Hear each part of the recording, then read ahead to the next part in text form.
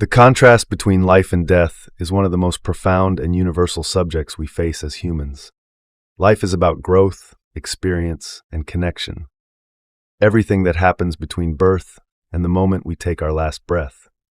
Death, on the other hand, is the end of those experiences, the point where the physical body stops functioning.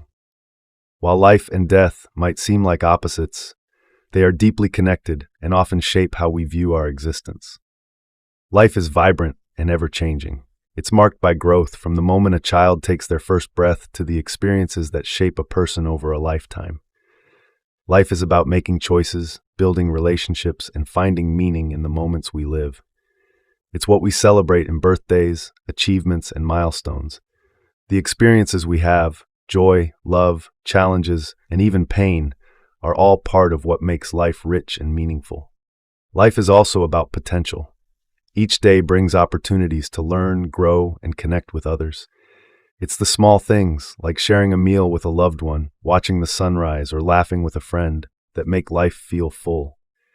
Even during difficult times, life often offers moments of hope and resilience that remind us of its value. Death, on the other hand, is the inevitable conclusion of life. It's something every living being will face, yet it remains one of the biggest mysteries. For many, death is a source of fear or sadness because it represents the unknown and the loss of connection with the world and the people we love. It's the end of physical life, the point where the body ceases to function and the experiences of this world come to an end. Despite this, death is also a natural part of the cycle of existence. Just as seasons change and life renews itself, death creates space for new growth and beginnings. In nature, the death of one plant can nourish the soil for another. In human life, death often brings people together to reflect on what truly matters, helping them appreciate the time they have and the relationships they cherish. The tension between life and death shapes how we live. Knowing that life is finite gives it urgency and meaning. If we lived forever, we might not feel the same drive to pursue our dreams, express our love, or make the most of our time. Death reminds us to value life, to savor its moments, and to prioritize what's most important. At the same time, the idea of death can feel overwhelming or unfair, especially when it comes unexpectedly or to someone we love. It's natural to grieve, to feel the pain of loss, and to wonder about what happens after life ends. Different cultures and beliefs offer various answers to these questions, from ideas of an afterlife to the belief that death is simply a return to nature. Life and death are also deeply intertwined in how we create meaning.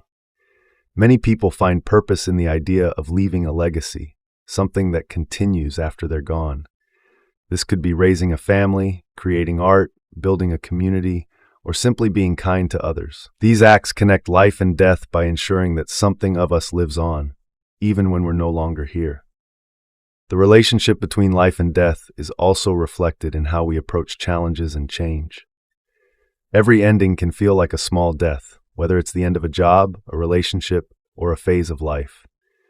But these endings often lead to new beginnings, reminding us that life and death aren't just about physical existence. They're also about cycles of growth and renewal. In moments of deep reflection, many people see death not only as an end, but also as a teacher. It encourages us to ask questions like, what do I want to leave behind? Or, how can I make the most of the time I have? These questions push us to live more intentionally, focusing on the things that truly matter. Life and death also shape how we connect with others. Relationships often gain their depth and importance because we know they won't last forever. This awareness makes us treasure the time we spend with loved ones, express our feelings, and create memories that endure. It's why we celebrate life at funerals and memorials, honoring not just the end, but the impact someone's life had on others. For some, the idea of death brings fear or sadness, while for others, it brings a sense of peace or acceptance. These feelings often depend on personal beliefs, experiences, and cultural perspectives. Some see death as a transition to another existence or a return to the universe. Others see it as a reminder to live fully in the here and now, knowing that every moment counts. Both life and death teach us something about balance. Life is full of possibilities, but it's also unpredictable. Death is certain, but its timing is unknown. Together, they remind us to live with awareness and gratitude, appreciating the beauty of the present while accepting the inevitability of change. Ultimately, life and death are not just opposites. They are partners in the story of existence. Life is about being present, embracing growth, and finding joy in the journey. Death is about endings, but it's also about creating space for reflection, renewal, and the legacies we leave behind.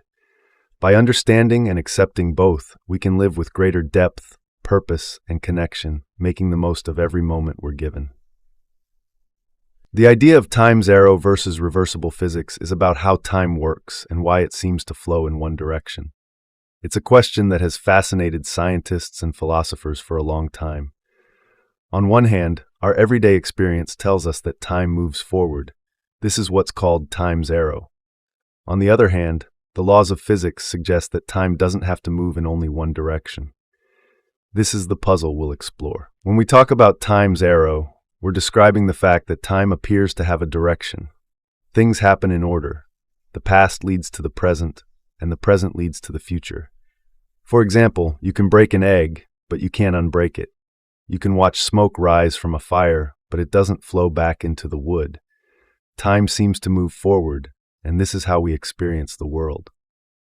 Reversible physics, on the other hand, comes from the laws of science that describe how particles and forces behave. Many of these laws don't care about the direction of time. For example, if you watch a video of two billiard balls colliding and then play it backward, the motion still makes sense. The equations that describe how the balls move work the same forward or backward in time. This is called time reversal symmetry. So, here's the big question. If the laws of physics don't force time to move in one direction, why does time's arrow exist in our daily lives? Why do we remember the past but not the future? Why can we mix milk into coffee but not unmix it? The answer lies in something called entropy. Entropy is a measure of disorder or randomness in a system. The second law of thermodynamics tells us that in a closed system, entropy tends to increase over time. In simple terms, things naturally move from order to disorder. Imagine you have a box full of marbles, half red and half blue, neatly separated. If you shake the box, the marbles will mix together. But no matter how much you shake, they won't go back to being perfectly separated. This increase in disorder is what gives time its arrow. Entropy helps explain why certain processes seem irreversible. When you break an egg, you increase the disorder of its structure, and it's nearly impossible to put it back together exactly as it was. When smoke leaves a fire, it spreads out into the air, increasing its randomness. These changes in entropy give us a clear sense of past and future. But if entropy explains time's arrow, why do the laws of physics still work the same way forward and backward?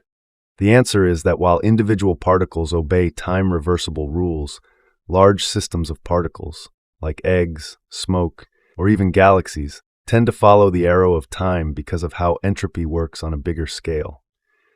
Here's another way to think about it. Imagine dropping a glass of water. It shatters into pieces, and the water spills everywhere. The process of breaking the glass increases entropy, which makes it very unlikely to see the glass come back together on its own. But if you could zoom in on each particle of glass and water, you'd see that the underlying physics allows for time reversal. The particles themselves don't care which way time flows. It's only when you look at the whole system that you notice time's arrow. Scientists have also explored how time's arrow relates to the universe as a whole. The Big Bang Theory tells us that the universe started in a state of very low entropy, a highly ordered state. Over billions of years, entropy has increased as the universe has expanded. This increase in entropy might explain why time flows in one direction. The universe is constantly moving from order to disorder. But what about the future? Some scientists wonder if the universe might one day reach a state of maximum entropy, where everything is completely disordered and nothing changes anymore. This state is sometimes called heat death. If it happens, time's arrow might lose its meaning because there would be no difference between past, present, and future. There are also ideas about whether time's arrow could be reversed under certain conditions. For example, in some theories about black holes and quantum physics, time might behave in strange ways. Some scientists even speculate about parallel universes where time flows backward. These ideas are exciting, but they're still being studied and debated. The debate between time's arrow and reversible physics isn't just about science. It also touches on how we experience life. Our memories, for example, are like markers of the past. We remember what happened yesterday, but we don't know what will happen tomorrow. This is tied to the increase of entropy. Our brains process and store information as the world becomes more disordered. Even things like aging follow time's arrow, as our bodies undergo irreversible changes over time. Despite the clear direction of time in our daily lives, it's fascinating to think about how the underlying rules of the universe don't require it. The clash between time's arrow and reversible physics reminds us that the way we experience the world isn't always the full story. Beneath the surface, the universe is full of mysteries waiting to be explored.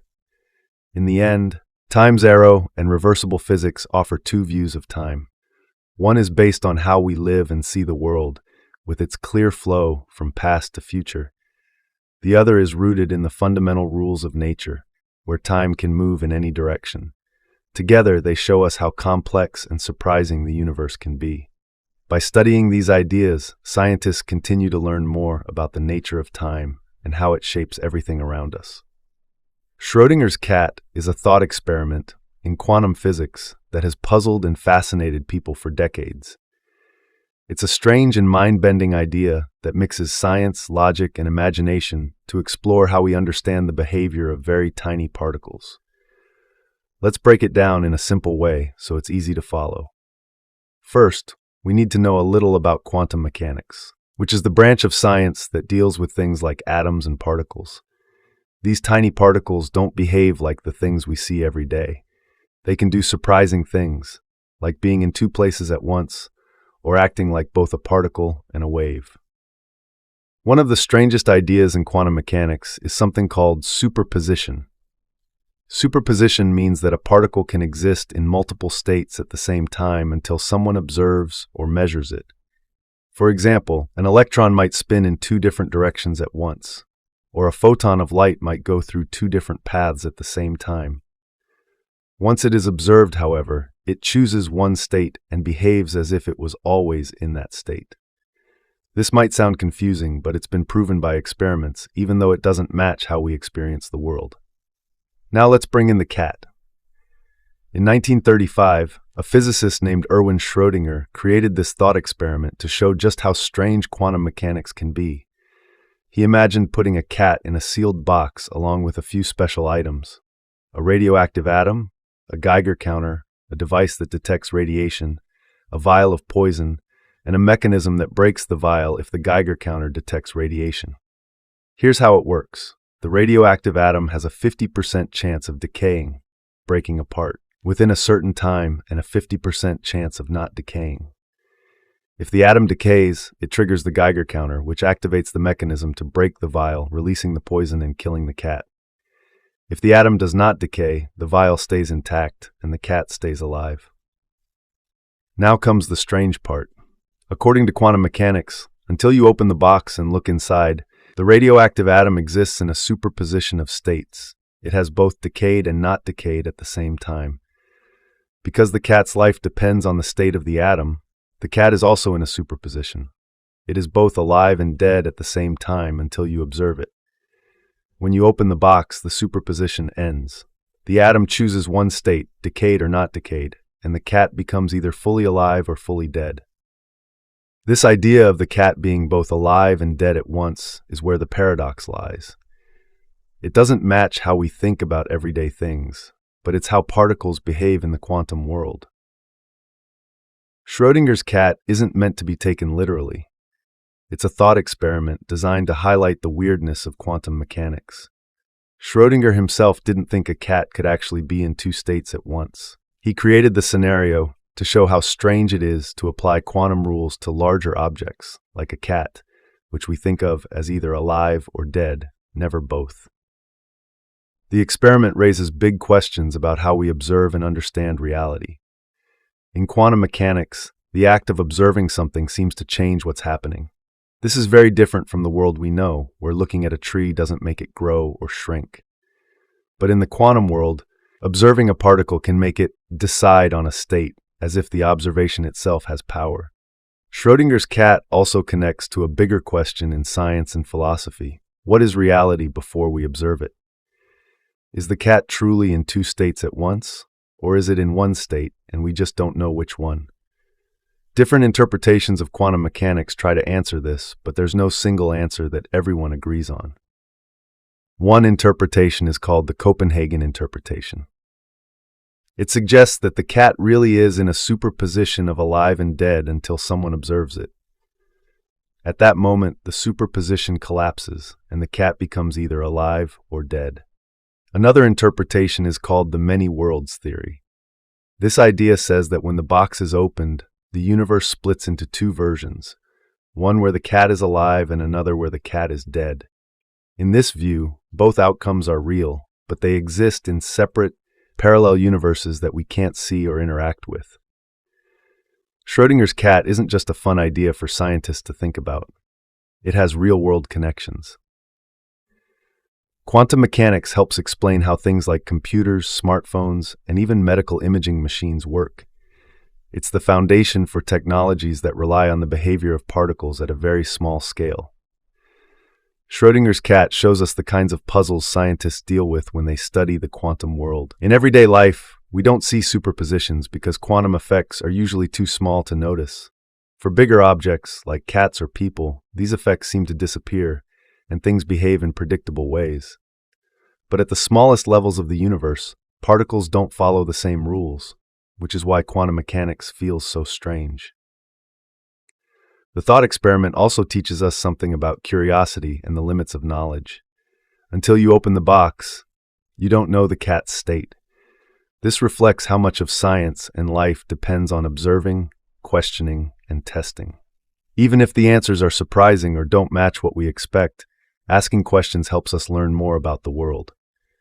Schrödinger's cat reminds us that reality can be more complicated than it seems. It challenges us to think beyond what we see and consider the deeper, often hidden ways that the universe works. By exploring these strange ideas, scientists and thinkers push the boundaries of what we know and open up new possibilities for understanding the world around us. Free will and determinism are two ideas that people have been thinking about for a long time. They deal with the question of whether we really have control over our choices or if everything we do is caused by things outside of us. Let's take a closer look and try to understand these ideas in a simple way. Free will is the belief that we have the power to make our own choices. It means that when we make a decision, like what to eat for dinner or which path to take on a walk, we are in control. No one is forcing us, and nothing else is deciding for us. If you decide to have a sandwich instead of pizza, it's because you wanted to, not because something else made you do it.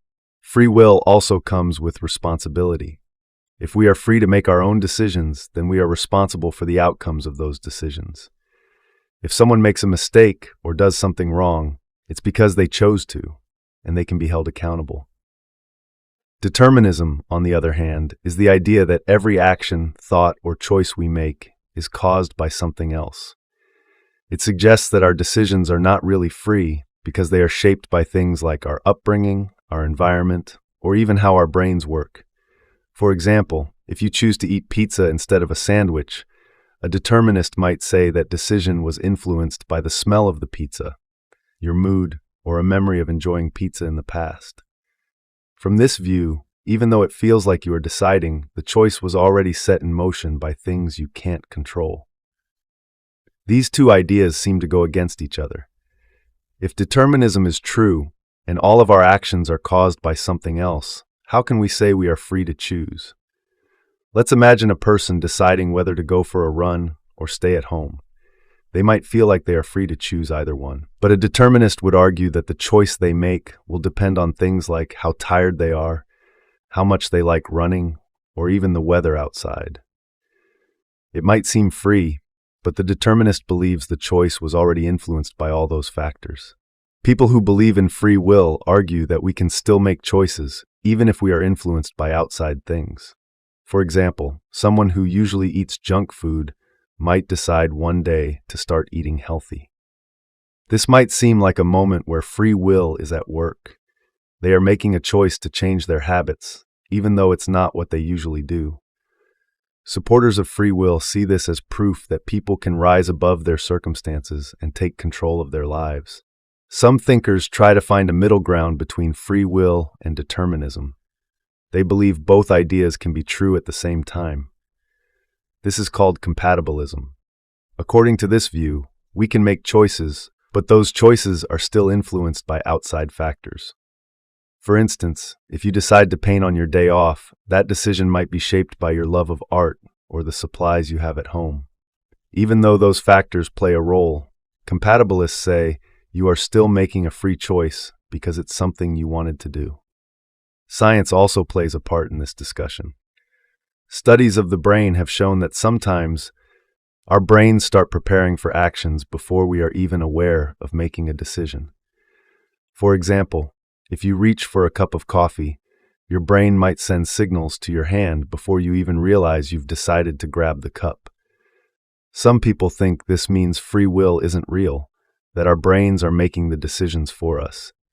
Others argue that just because the brain starts early, it doesn't mean we don't have control. They believe that conscious thought still plays an important role in deciding what we do. This debate is not just about ideas, it also affects real life. Think about the justice system.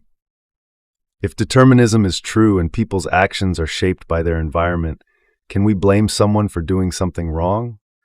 If they didn't really have a choice, is it fair to punish them?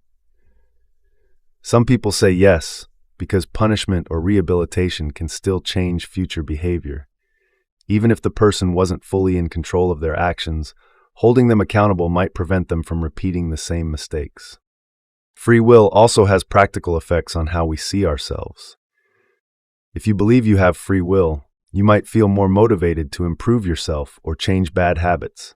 For example, you might think, I can choose to exercise more or spend less time on my phone.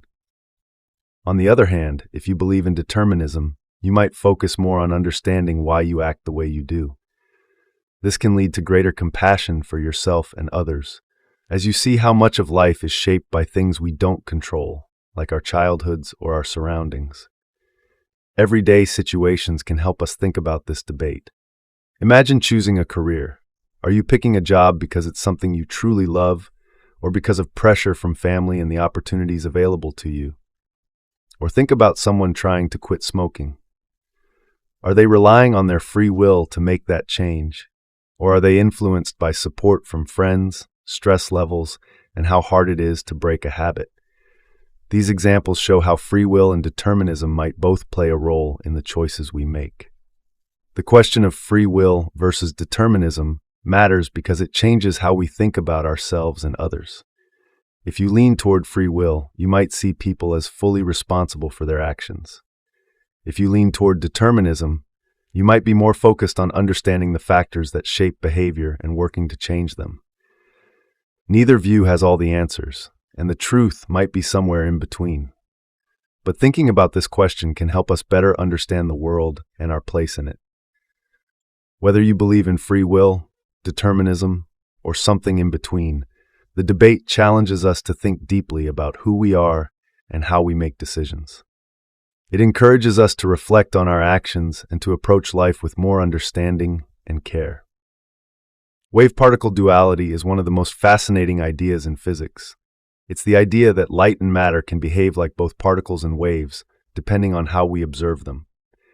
At first, this might sound confusing or even impossible, but it's a real phenomenon that scientists have studied for over a century. Let's break it down in simple terms to understand how it works and why it's important.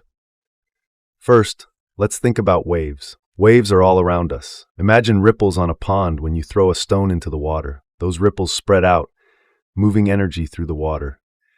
Waves can also travel through the air, like sound waves, or through space, like light waves. A wave isn't located in just one place. It spreads out over an area. Now let's think about particles. Particles are tiny bits of matter, like grains of sand or drops of water. They are solid and exist in one place at a time. If you throw a ball, it follows a clear path from one spot to another. This is very different from how waves behave. So, how can something act like both a wave and a particle? That's where the idea of wave-particle duality comes in. Scientists first discovered this when they studied light. For a long time, people thought light was just a wave. It travels through space and can bend around corners like water flowing around a rock. But in the early 20th century, scientists started to notice something strange. A scientist named Max Planck discovered that light energy seemed to come in tiny packets, which we now call photons. Albert Einstein built on this idea, showing that light behaves like particles in certain situations. For example, when light hits a metal surface, it can knock electrons out of the metal. This is called the photoelectric effect, and it only makes sense if light is made of particles. But light doesn't stop acting like a wave. If you shine light through two small slits, the light waves overlap and create a pattern of bright and dark areas on a screen. This pattern is called interference, and it only happens if light is acting like a wave. So, depending on how you test it, light can act like a wave or a particle. It's not one or the other, it's both. Scientists later found that this isn't just true for light. Matter, like electrons, also shows wave-particle duality. For example, if you shoot electrons through two slits, they create the same kind of interference pattern as light waves. This was shocking because people usually think of electrons as tiny particles, but in these experiments they act like waves. Here's something even stranger. The way you observe the particles changes how they behave. If you set up a detector to see which slit an electron goes through, the electron acts like a particle, going through one slit or the other. But if you don't use a detector, the electron acts like a wave, going through both slits at once and creating the interference pattern. This means the act of observing changes what the electron does. This idea is hard to wrap your head around. How can something be a wave and a particle at the same time? The truth is, scientists don't fully understand why this happens. What we do know is that this dual nature is built into the rules of quantum mechanics, which is the science of very small things like atoms and particles. Wave-particle duality has some big implications. For one, it changes how we think about reality. In the everyday world, things are either here or there, solid or not. But in the quantum world, particles can exist in a kind of in-between state. They aren't just particles or waves, they're something more complicated. This duality also helps explain how things like atoms and molecules work. Electrons, for example, don't orbit the nucleus of an atom like tiny planets around the sun. Instead, they exist in clouds around the nucleus, where they behave more like waves. This wave-like behavior helps explain why atoms are stable and why they form the bonds that make up everything around us. Wave-particle duality has practical uses too. Technologies like lasers, solar panels, and even the devices used in medical imaging rely on our understanding of light's wave-particle nature. Quantum mechanics, which is based on ideas like wave-particle duality, is also the foundation of modern computers and upcoming technologies like quantum computing. One way to think about wave-particle duality is to imagine a person wearing two hats. Sometimes they wear one hat, and sometimes they wear the other, depending on what they're doing. Light and particles are like that. They wear their wave or particle hat depending on how we observe them.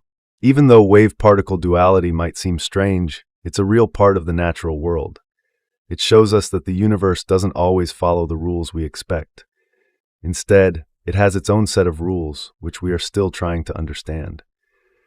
This idea reminds us to keep asking questions and to stay open to new possibilities, even when they challenge what we think we know.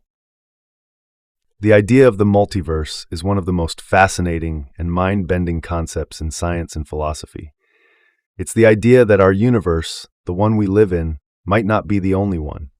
Instead, there could be many other universes, each with its own set of rules, events, and possibilities. These universes together make up what's called the multiverse. At first, the idea of a multiverse might sound like something out of science fiction, but it's also a serious scientific concept supported by some of the most advanced theories in physics. Let's explore what the multiverse is, why scientists think it might exist, and what it could mean for how we understand reality. To start, imagine our universe. It's vast, filled with galaxies, stars, and planets, all existing within space and time. But what if this universe is just one bubble in a much larger collection of bubbles? Each bubble would be its own universe, separate from ours. This is one way to picture the multiverse. There are several different ideas about how the multiverse might work. One comes from the Big Bang Theory, which explains how our universe began.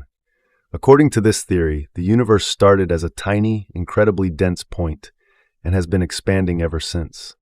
Some versions of the theory suggest that this expansion might happen over and over again, creating new universes each time. This process is sometimes called eternal inflation, and it could mean that new universes are constantly being created, each separate from the others. Another idea comes from quantum mechanics, the branch of physics that deals with very tiny particles. In quantum mechanics, particles can exist in multiple states at the same time, a concept known as superposition. When you observe a particle, it chooses one state. Some scientists wonder if this means the universe splits into different versions for each possible outcome. For example, if you flip a coin, one universe might exist where it lands heads and another where it lands tails. This is called the many worlds interpretation of quantum mechanics. The multiverse also appears in theories about string theory, which is an attempt to explain how all the forces and particles in the universe fit together. String theory suggests that there could be extra dimensions beyond the 3 dimensions of space and 1 of time that we experience. These extra dimensions might lead to the existence of other universes with entirely different physical laws. If the multiverse exists, it raises some mind-blowing possibilities. For one, it means that there could be universes where things are completely different from what we know. In some universes, gravity might be stronger or weaker, or stars might not exist at all. There could even be universes where life evolved in ways we can't imagine, or where the constants of nature, like the speed of light, are different. The multiverse might also help answer some big questions about our own universe. For example, scientists have often wondered why the laws of physics in our universe are just right to allow life to exist. If certain numbers, like the strength of gravity, were slightly different, stars and planets might never have formed, and life as we know it couldn't exist. This is called the fine-tuning problem. The multiverse offers one possible explanation. If there are countless universes with different laws, it's not surprising that we happen to live in one where everything works for life. After all, we couldn't exist to ask the question if the conditions weren't right. But the idea of a multiverse also comes with challenges. One big question is whether we can ever prove it exists. By definition, other universes in the multiverse would be separate from ours, meaning we might not be able to see or measure them. Without direct evidence, the multiverse remains a hypothesis, a fascinating one, but not something we can confirm yet. Still, scientists are trying to find clues. One way they're doing this is by studying the cosmic microwave background, the faint glow left over from the Big Bang. If our universe has bumped into other universes in the past, those collisions might leave marks on the CMB that we could detect. So far, no clear evidence of this has been found, but the search continues. The multiverse also raises philosophical questions. If there are countless universes, what does that mean for our place in the cosmos? Are we just one tiny part of a much larger picture? And if there are versions of ourselves in other universes, what does that mean for our sense of identity and free will? These questions don't have easy answers, but they show how the idea of a multiverse challenges us to think in new ways about reality. Another question is about whether the multiverse has a beginning or an end. If universes are constantly being created, does that mean the multiverse is infinite? And if it is infinite, does that mean every possible version of events must happen somewhere? These ideas are hard to grasp, but they remind us how much we still have to learn about the nature of existence. The multiverse is more than just an abstract idea. It's a way to explore some of the biggest mysteries in science. By thinking about other universes, scientists are pushing the boundaries of what we know about space, time, and reality itself. Even if we never find direct evidence of the multiverse, studying it helps us better understand our own universe and our place in it. Whether or not the multiverse exists, the idea sparks curiosity and wonder. It reminds us that the universe we see might be just one part of a much larger and more complex reality. By asking questions and exploring possibilities, we continue to expand our understanding of the cosmos and our place in it. And that, in itself, is one of the most exciting things about science. The debate between the Big Bang Theory and the steady-state theory is one of the most fascinating in the history of science.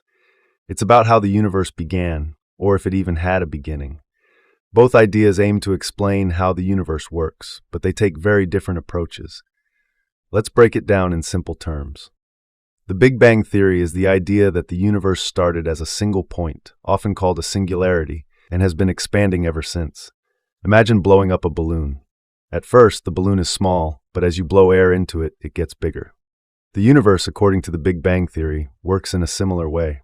A long time ago, about 13.8 billion years, everything we see today was packed into a tiny, incredibly dense and hot space. Then, in an instant, it began to expand. As the universe expanded, it cooled down. Tiny particles formed, and over time, they came together to make atoms. These atoms eventually clumped into stars, galaxies, and everything else we see in the universe today. This theory explains a lot about the universe, like why galaxies seem to be moving away from us. It's not that they're traveling through space. Space itself is expanding, carrying the galaxies with it. The steady-state theory, on the other hand, suggests something very different. This idea says the universe has no beginning or end. It has always existed in the same state. In this theory, as the universe expands, new matter is created to fill the gaps. This keeps the overall density of the universe the same, even though it's getting bigger. Imagine a loaf of bread rising in the oven. As it expands, tiny bits of dough could appear to keep the bread looking the same everywhere. In the steady-state theory, the universe is like that loaf, always expanding but never changing in its overall appearance. At first glance, both ideas might seem possible. The universe is expanding, and both theories account for this. So how do we know which one is correct? Scientists use evidence to figure it out. One piece of evidence that supports the Big Bang Theory is something called the cosmic microwave background, CMB. This is a faint glow of radiation that fills the entire universe. It's like a snapshot of what the universe looked like when it was very young, just a few 100,000 years after the Big Bang. The CMB is a kind of leftover heat from the early universe, and it matches exactly what the Big Bang Theory predicts. The steady-state theory, however, doesn't explain the CMB. Another clue comes from the way galaxies are distributed in the universe. The Big Bang Theory predicts that the universe should look different at different times in its history. When we look far into space, we're also looking back in time. What we see matches the idea that the universe was once very different, with young galaxies forming in a smaller, denser space. The steady-state theory, which says the universe is unchanging over time, can't explain this. The discovery of the Big Bang Theory wasn't sudden. It was built on years of observation and research. In the 1920s, a scientist named Edwin Hubble made a key discovery. He found that galaxies are moving away from us, and the farther away they are, the faster they're moving. This showed that the universe is expanding. It was the first big clue that the universe might have started from a single point. Later, in the 1960s, scientists discovered the cosmic microwave background. This was a huge breakthrough because it provided strong evidence that the universe had a hot, dense beginning. Since then, more discoveries, like the way elements like hydrogen and helium formed, have supported the Big Bang Theory. The steady-state theory had its supporters too. It was appealing to some scientists because it avoided the question of how the universe began. If the universe has always been the same, there's no need to explain a starting point. For a while, it seemed like a simple and elegant solution.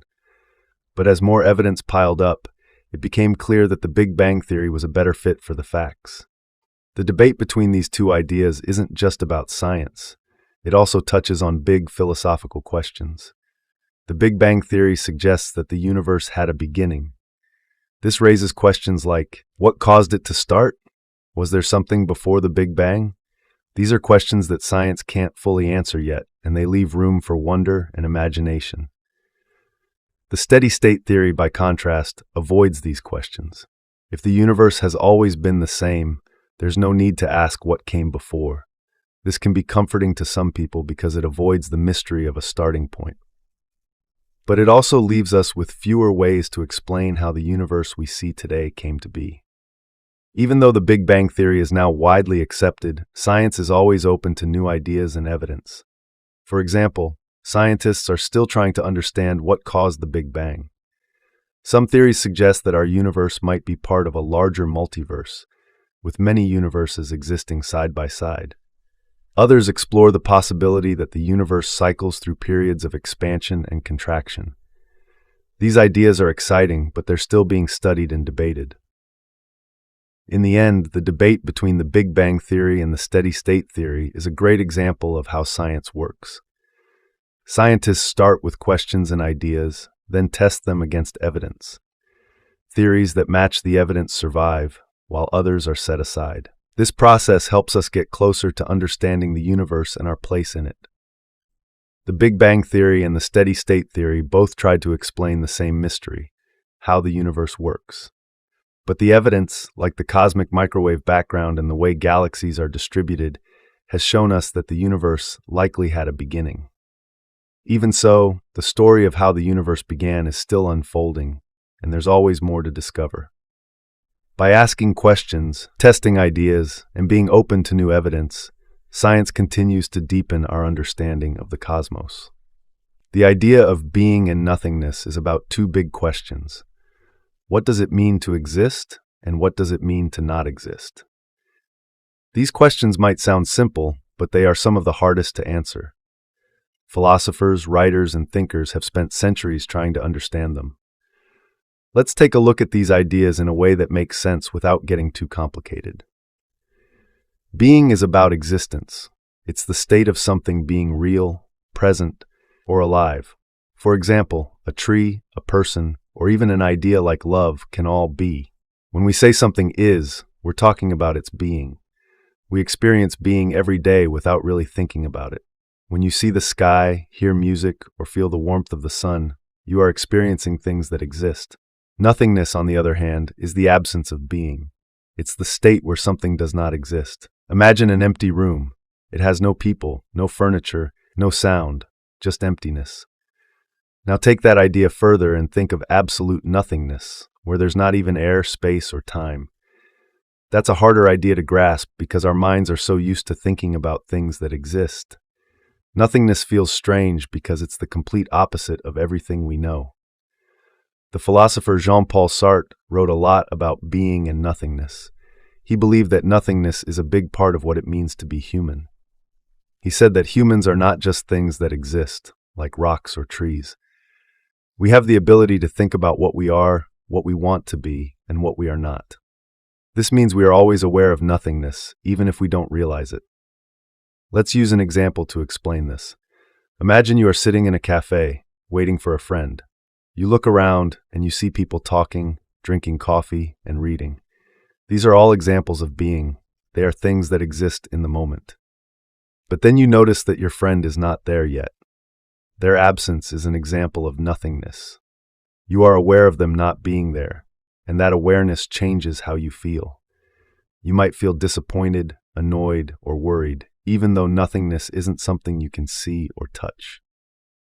Sartre also believed that humans are different from other things because we can imagine what doesn't exist.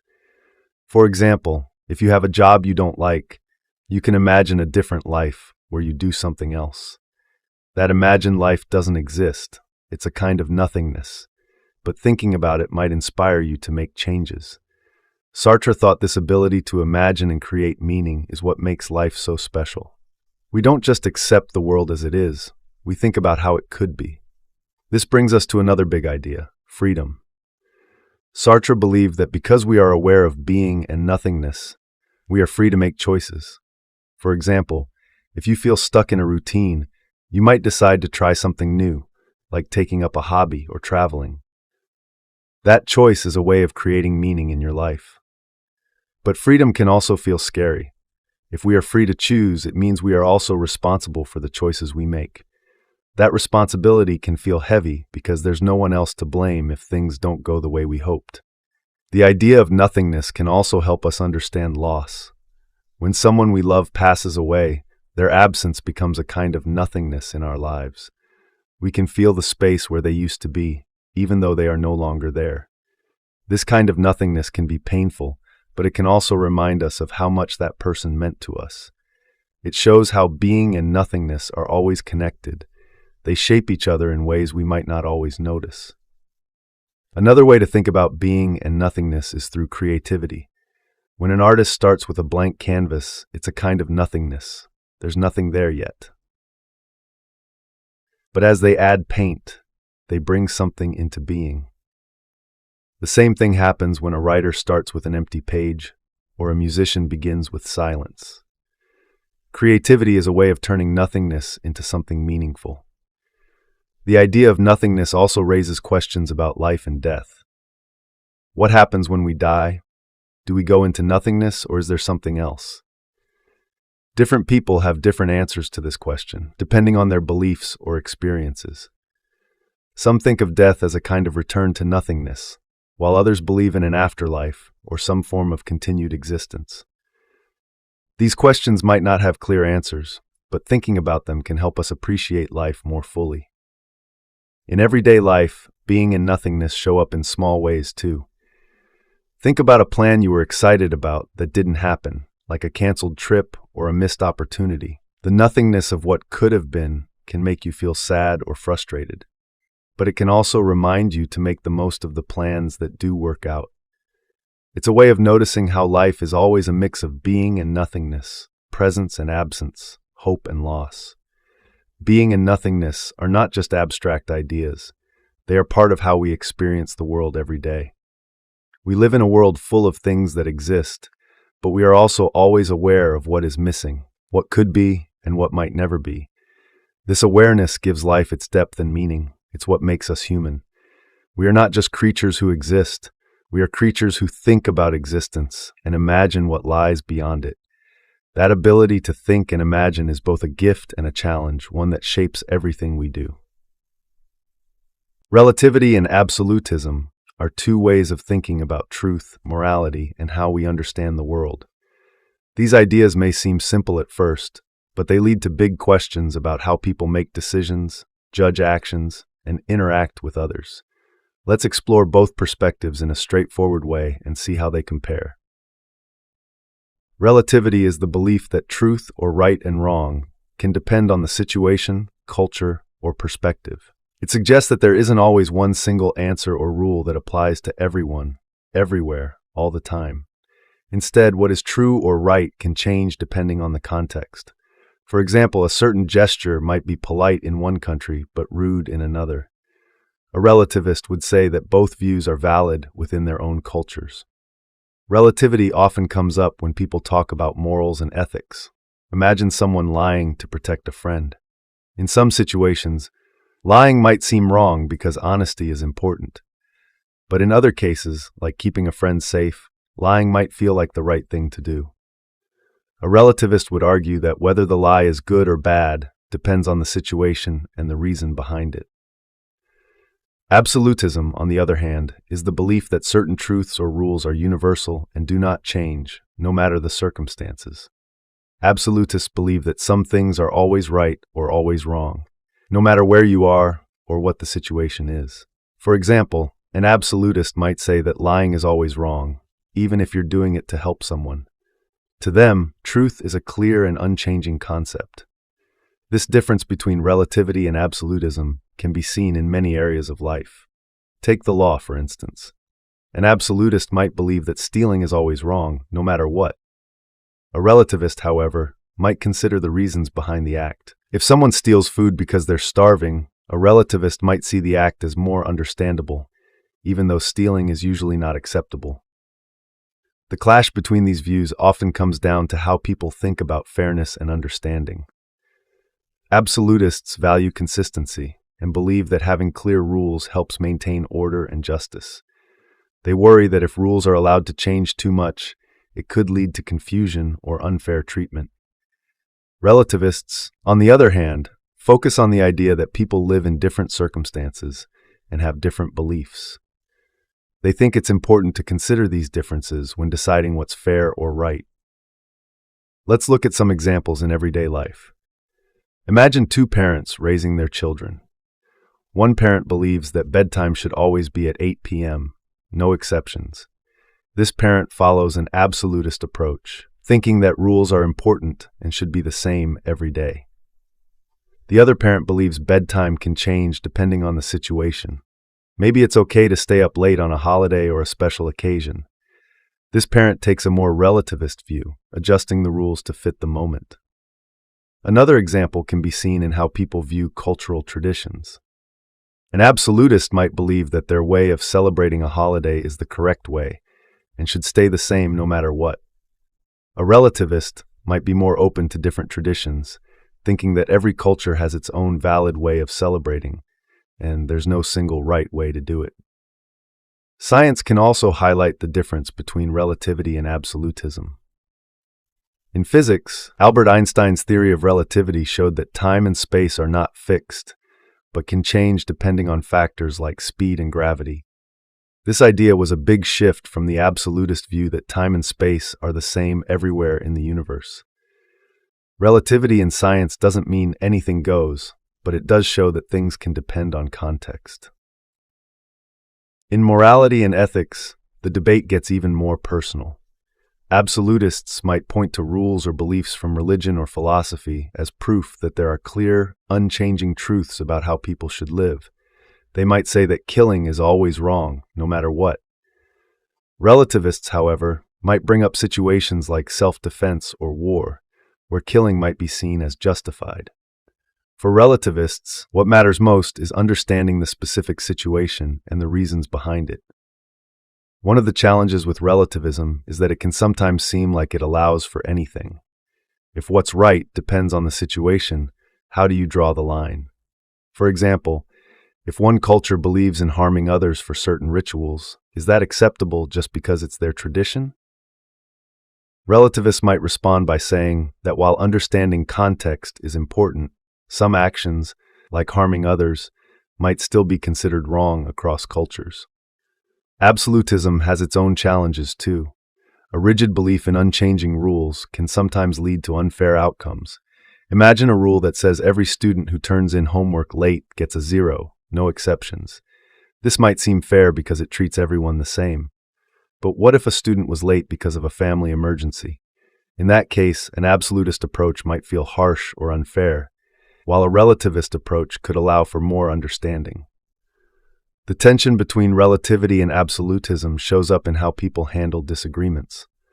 Relativists are often more open to seeing things from another person's point of view, even if they don't agree. Absolutists might struggle more with this, since they see their rules or beliefs as universal. On the flip side, absolutists might feel more confident in their decisions, while relativists might find it harder to make firm judgments when there are so many factors to consider. This debate also affects how we see progress and change. Absolutists might resist changes to long-standing traditions or values, believing that some things should stay the same no matter what. Relativists, however, are more likely to welcome change, seeing it as a natural part of adapting to new circumstances and ideas. The truth is, most people don't fully fall into one camp or the other. In some situations, they might lean toward absolutism, like when they believe in fairness or justice that applies to everyone. In other cases, they might lean toward relativity, especially when they want to understand someone else's perspective or make exceptions for special situations. Relativity and absolutism both have strengths and weaknesses. Relativity teaches us to be flexible, to consider context, and to understand the differences in people's experiences. Absolutism reminds us of the importance of clear rules and shared values that give people a sense of fairness and consistency. At the end of the day, the debate between relativity and absolutism isn't about choosing one side or the other. It's about finding a balance. Sometimes, rules and truths need to be firm to create order and fairness. Other times, they need to be flexible to account for the complexities of life. By thinking about both perspectives, we can better understand ourselves and the world around us. The tension between faith and doubt explores how we deal with belief, uncertainty, and the search for truth. Faith is the trust or confidence in something, often without complete evidence. It might be belief in a higher power, in other people, or in ourselves. Doubt, on the other hand, is the questioning or uncertainty about those beliefs. It challenges us to think critically and consider whether what we believe is true or reliable. Both faith and doubt play important roles in how we understand the world and our place in it. Faith is a powerful force. It gives people a sense of purpose and direction, especially in uncertain times. For example, someone might have faith that their hard work will lead to success, even if they don't see immediate results. Faith provides strength and resilience, helping people keep going when things get tough. It's often a source of hope, reminding us that better days may be ahead. Faith isn't just about religion, though it plays a significant role there.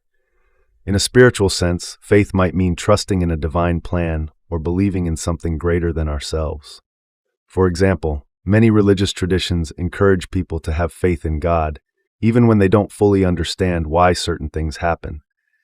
This kind of faith can bring comfort and a sense of connection to something eternal. In everyday life, faith also shows up in relationships, goals, and personal growth. For instance, when we trust a friend, we have faith in their honesty and loyalty. When we set goals, we have faith in our ability to achieve them. Faith allows us to take risks, try new things, and believe that our efforts will pay off, even if the outcome isn't guaranteed. Doubt, however, is equally important. It's the process of questioning, examining, and challenging what we believe. While faith provides certainty and confidence, doubt encourages curiosity and growth. For example, if someone doubts their current career path, it might lead them to explore other options and discover a more fulfilling direction. Doubt pushes us to look deeper, seek evidence, and make sure our beliefs are well-founded. Doubt can also protect us from blind faith, which can sometimes lead to problems. For instance, believing in something without questioning it might result in poor decisions or missed opportunities. Doubt helps us avoid this by encouraging us to think critically. For example, before investing in a risky opportunity, doubt might lead someone to research it carefully and weigh the pros and cons. The relationship between faith and doubt isn't necessarily a conflict. It can be a balance. Faith provides the confidence to take action, while doubt ensures that our actions are thoughtful and informed. For example, a scientist might have faith in their ability to solve a problem, but they also rely on doubt to question their assumptions and test their ideas. This combination of trust and skepticism helps them arrive at better answers. In personal beliefs, faith and doubt often go hand in hand. Someone might believe in a higher power, but still have moments of doubt, wondering why bad things happen or whether their prayers are heard. These questions don't necessarily weaken faith. They can deepen it by prompting reflection and a stronger connection to what they believe. Doubt, in this sense, becomes a tool for growth rather than a threat to belief. Doubt can also lead to change, which is sometimes necessary for personal development. For example, if someone doubts a tradition or belief they were taught as a child, it might lead them to explore new perspectives and form their own understanding. This process can feel uncomfortable, but it's an important part of discovering what truly resonates with us. At the same time, too much doubt can be paralyzing. If we question everything without finding answers or taking action, it can lead to uncertainty and fear. This is where faith becomes essential. It gives us the courage to move forward, even when we don't have all the answers. For example, someone starting a new business might doubt whether it will succeed, but faith in their vision and abilities helps them take the first steps. In relationships, faith and doubt also play a role. Trust, a form of faith, is essential for strong connections. We believe in the reliability and goodwill of the people we care about, but doubt can arise when trust is broken or when there's uncertainty about someone's intentions. Navigating this balance is key to maintaining healthy relationships. Doubt can lead to important conversations or changes, while faith allows us to forgive, rebuild, and move forward. The tension between faith and doubt is also present in big life questions, like the meaning of life or what happens after death. These are questions that often have no clear answers, which is why both faith and doubt are important. Faith gives us a sense of purpose and hope, while doubt encourages us to keep searching for understanding. Together, they help us explore these mysteries in a meaningful way. Neither faith nor doubt is inherently better. They serve different purposes. Faith provides stability, confidence, and a sense of direction. Doubt encourages reflection, curiosity, and growth. The key is finding a balance that allows us to move forward while remaining open to new ideas and possibilities. For example, a student preparing for a difficult exam might have faith in their ability to succeed, which motivates them to study. At the same time, a healthy dose of doubt might push them to double-check their work and prepare for challenges they might not have anticipated. By combining faith and doubt, they can approach the situation with both confidence and care. In the end, faith and doubt are not enemies. They are partners in our journey to understand the world and ourselves. Faith reminds us to trust in the path we're on, while doubt keeps us questioning and growing. Together, they help us navigate life's uncertainties with courage and curiosity, leading us to deeper understanding and a more meaningful existence. The idea of appearance versus reality has always been a big question for people. It asks whether what we see or experience is the same as what's really true. Sometimes things seem one way, but underneath they are something very different. This can apply to objects, people, or even situations. Let's explore this idea in simple terms. When we talk about appearance, we mean how something looks or seems on the surface. Reality, on the other hand, is about the truth beneath that surface. These two things don't always match. For example, imagine you're looking at a dessert that looks delicious. It's beautifully decorated, and the colors make your mouth water. But when you take a bite, you realize it doesn't taste good at all. The appearance promised one thing, but the reality was very different. This idea doesn't just apply to objects. It also applies to people. Think about someone you meet who seems very friendly and kind. At first, you might think they're a great person to know, but over time, you might notice that their actions don't match their words. They might be pretending to be nice for their own reasons. This is another example of how appearance and reality don't always line up. Sometimes we also misjudge situations because we focus too much on appearance. Imagine you see a person sitting alone at a party. You might assume they're lonely or don't want to be there, but in reality they might be perfectly happy enjoying some quiet time, or they might just be taking a break. Our first impressions often come from what we see, but they aren't always accurate. This difference between how things seem and how they are has been a major theme in stories, art, and philosophy. In literature, many famous works explore this idea. Think about fairy tales where something looks magical or safe but turns out to be dangerous, like a witch disguised as a kind old woman. These stories remind us to look beyond appearances and question what's really true. Philosophy has also spent a lot of time on this topic. Plato, a famous philosopher, told a story about a cave. In the story, people live in a cave and only see shadows on the wall. They think the shadows are reality because it's all they know. But if one person leaves the cave and sees the outside world, they realize the shadows were just appearances, and the real world is much bigger and more complex. This story shows how people can mistake appearances for reality when they don't have the full picture. Even science deals with this question. At a glance, the Earth looks flat when you stand on it, but we know it's round.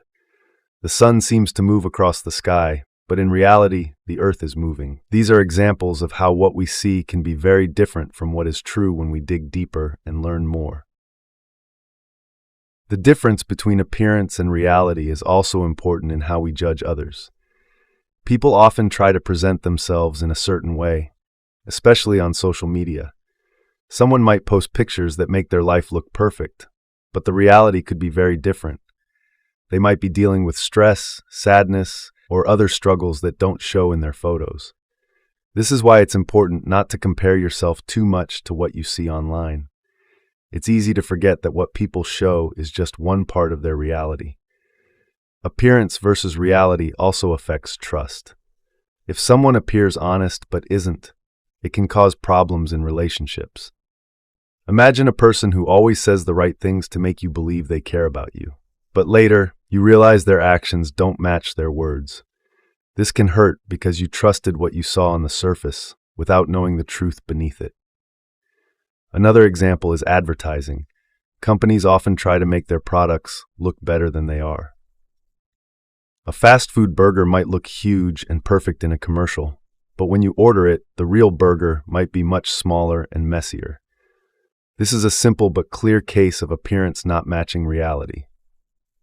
Why do we focus so much on appearance? It's partly because our senses are designed to take in what's on the surface. What we see, hear, and feel is immediate and easy to process. It takes more time and effort to figure out what's really true. For example, understanding someone's personality takes longer than noticing how they dress. This is why it's so common for people to form quick judgments based on appearance. But while appearance can sometimes be misleading, it's also not always wrong. Many times, what we see does match reality. If someone smiles and acts kindly toward you, there's a good chance they are kind. If the weather looks cloudy and gray, it's probably going to rain. The key is not to rely only on appearances, but to dig deeper when needed. This idea also teaches us to be patient and observant. Instead of jumping to conclusions based on how things seem, we can take the time to ask questions and gather more information. For example, if someone seems upset, instead of assuming they're angry with you, you can ask if everything is okay. By doing this, you might find out they're just having a tough day, and it has nothing to do with you. Appearance versus reality is also about self-awareness. Sometimes we try to appear a certain way to others, even if it doesn't match how we feel inside. For example, you might pretend to be confident at a job interview, even if you're nervous. This can be helpful in some situations, but it's also important to be honest with yourself about who you are and how you feel. In the end, the idea of appearance versus reality reminds us to look beyond the surface. It teaches us to question what we see, think carefully before judging, and try to understand the truth in every situation. Whether it's a person, a situation, or something we experience, there's often more going on than what we notice at first. By being curious and thoughtful, we can get closer to understanding the reality beneath the appearance. Human fallibility and divine perfection explore two opposing concepts that shape how we understand ourselves, our place in the world, and our relationship with higher ideals. Human fallibility reminds us of our limitations, mistakes, and imperfections, while divine perfection represents an ultimate standard of flawlessness, often tied to a higher power or ideal. This tension can be both humbling and motivating, shaping how we grow, seek meaning, and navigate the challenges of life. Human fallibility is an unavoidable part of being human. People make mistakes, misjudge situations, and act in ways that don't always align with their values. For example, someone might break a promise to a friend, not out of malice, but because of forgetfulness or competing responsibilities. These mistakes are part of our nature. They remind us that no one is perfect and that learning and growth come from facing our shortcomings. This fallibility often stems from the fact that humans are influenced by emotions, limited knowledge, and circumstances. Even with the best intentions, we sometimes make poor choices.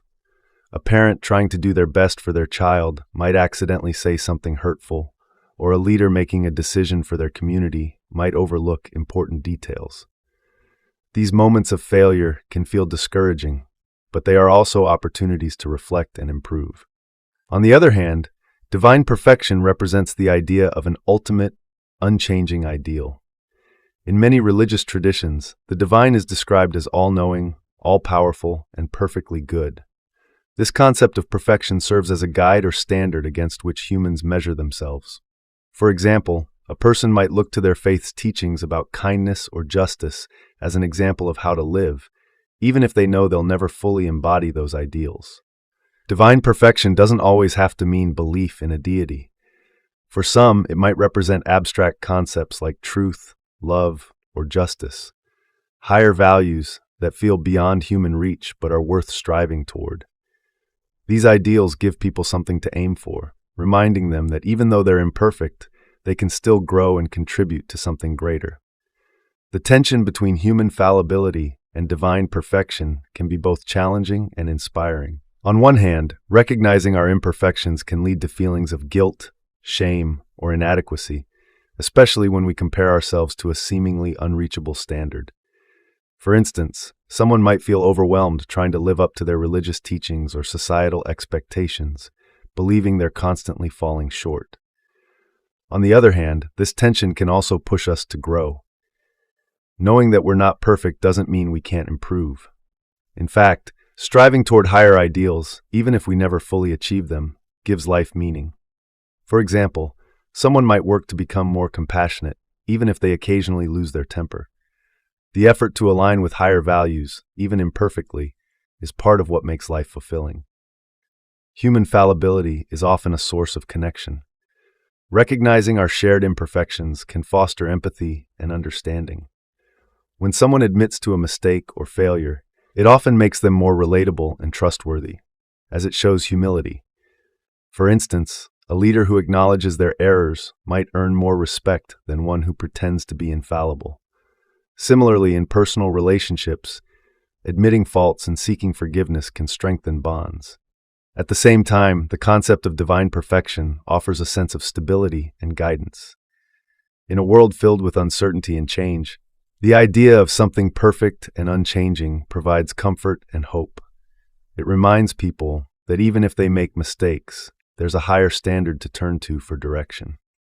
For example, someone struggling to make an ethical decision might find clarity by reflecting on spiritual teachings or values they hold as sacred. This tension also shows up in how people approach self-improvement. Those who focus too much on perfection might become overly critical of themselves or others, leading to feelings of inadequacy or frustration. For example, someone might set unrealistic goals, believing they need to be flawless to be worthy of love or success. On the other hand, embracing human fallibility doesn't mean giving up on growth. It means recognizing that failure is part of the process, and that progress often comes from making mistakes and learning from them. In spirituality, this balance plays an important role. Many religious teachings acknowledge human imperfection while offering a path to connect with the divine. For instance, concepts like grace, forgiveness, and redemption provide a way for people to reconcile their fallibility with the idea of divine perfection. They remind us that we don't have to be perfect to be worthy of love, guidance, or purpose. In everyday life, the interplay between fallibility and perfection shapes how we relate to others. In parenting, for example, parents often strive to provide the best for their children, while recognizing they'll make mistakes along the way. A parent might aim to be patient and understanding, but sometimes lose their temper. By admitting their imperfections and making an effort to improve, they model resilience and accountability for their children. Similarly, in work or creative pursuits, the idea of perfection can motivate people to aim high, but it can also create unnecessary pressure.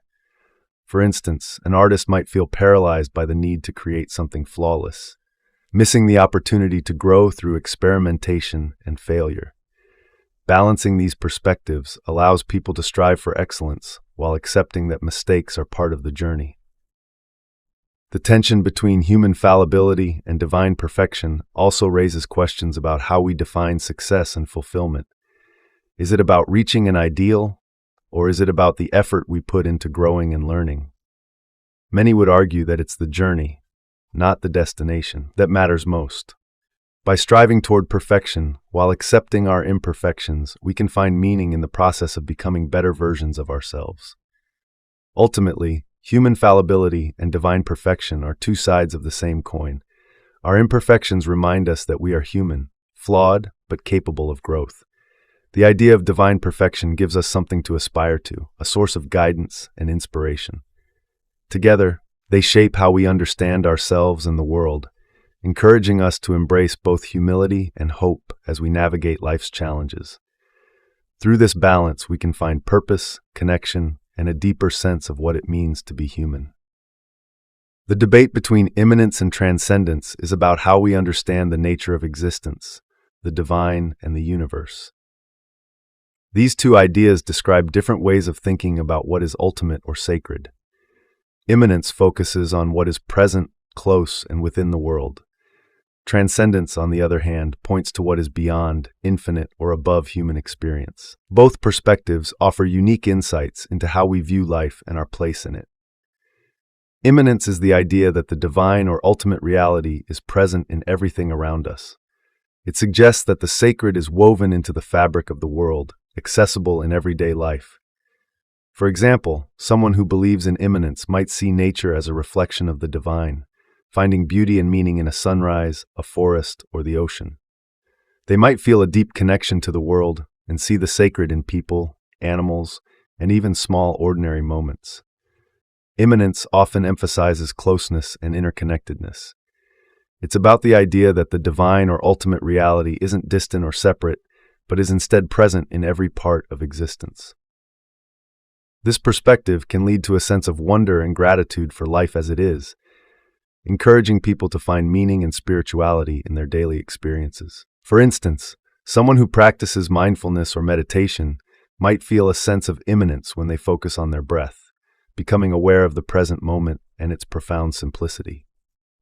Transcendence, by contrast, is the idea that the divine or ultimate reality exists beyond the physical world and human understanding. It suggests that there is something greater than what we can see, touch, or experience directly, something infinite, eternal, and beyond our reach. For example, in many religious traditions, transcendence refers to a god or higher power that exists outside the limits of time and space, beyond the material universe. Transcendence often emphasizes awe and mystery. It invites us to think about what lies beyond our immediate experience, whether it's the vastness of the cosmos, the meaning of life, or the possibility of an afterlife. For example, someone who looks up at the stars might feel a sense of transcendence, reflecting on how small and temporary human life is compared to the endless expanse of the universe. This perspective can inspire humility and a sense of connection to something far greater than ourselves. The tension between immanence and transcendence can be seen in how different people or cultures approach spirituality. Some traditions focus on the immanent, emphasizing practices that bring people closer to the sacred in their daily lives. For example, certain forms of Buddhism and Hinduism highlight the idea that enlightenment or divine truth is already within us and can be realized through meditation or self-awareness. Other traditions lean more toward transcendence, emphasizing the separation between the divine and the world. In these views, the sacred is something to strive toward, something that exists beyond human experience and requires faith or devotion to approach. For instance, in Christianity, God is often seen as transcendent, existing beyond the physical world, yet also immanent in the sense of being present through creation and human relationships. Both perspectives have strengths and challenges. Immanence offers a sense of closeness and intimacy with the world. It reminds us that meaning and spirituality can be found in everyday life, in the people we love, and in the natural world. However, focusing too much on immanence might lead to overlooking the bigger picture or the mysteries that transcend our immediate experience. Transcendence, on the other hand, inspires a sense of wonder and pushes us to think beyond ourselves. It encourages us to explore the unknown and to seek something greater than what we can see or understand. However, it can also feel distant or abstract, making it harder to connect with on a personal level. These two ideas aren't necessarily opposites. They can complement each other. For example, someone might experience immanence by finding meaning in nature or art, while also feeling a sense of transcendence when contemplating the vastness of the universe or the idea of eternity. Many spiritual practices and philosophies try to balance these perspectives, seeing the divine as both present in the world and beyond it. In everyday life, the balance between immanence and transcendence can shape how we see the world and our place in it. Immanence encourages us to appreciate the present moment, to connect with others, and to find beauty in the ordinary. Transcendence, meanwhile, reminds us to dream, to wonder, and to strive for something beyond what we already know. For example, an artist might feel immanence in the process of creating, a deep connection to their work and the materials they use. At the same time, they might feel transcendence in the inspiration that guides them, a sense of reaching towards something greater than themselves. Similarly, someone hiking in a forest might feel immanence in the sounds of the trees and the crunch of leaves underfoot, while also feeling transcendence in the vastness of the landscape, and the sense of being part of something much bigger. Immanence and transcendence also influence how we think about relationships. Immanence invites us to focus on the here and now, to cherish the moments we share with loved ones, and to build meaningful connections. Transcendence encourages us to think about the lasting impact of those relationships, how they shape our lives, our values, and the legacy we leave behind. Ultimately, the debate between immanence and transcendence isn't about choosing one over the other. Both offer valuable ways of understanding life, spirituality, and meaning. Immanence teaches us to find the sacred in the everyday, to see the divine in the details of life. Transcendence challenges us to look beyond, to dream of what lies ahead, and to reach for something greater. By exploring both perspectives, we can enrich our understanding of the world and our place in it. Whether through the closeness of immanence or the mystery of transcendence, we are reminded that life is full of depth, wonder, and possibility. The contrast between hope and despair is about how we face challenges and uncertainties in life.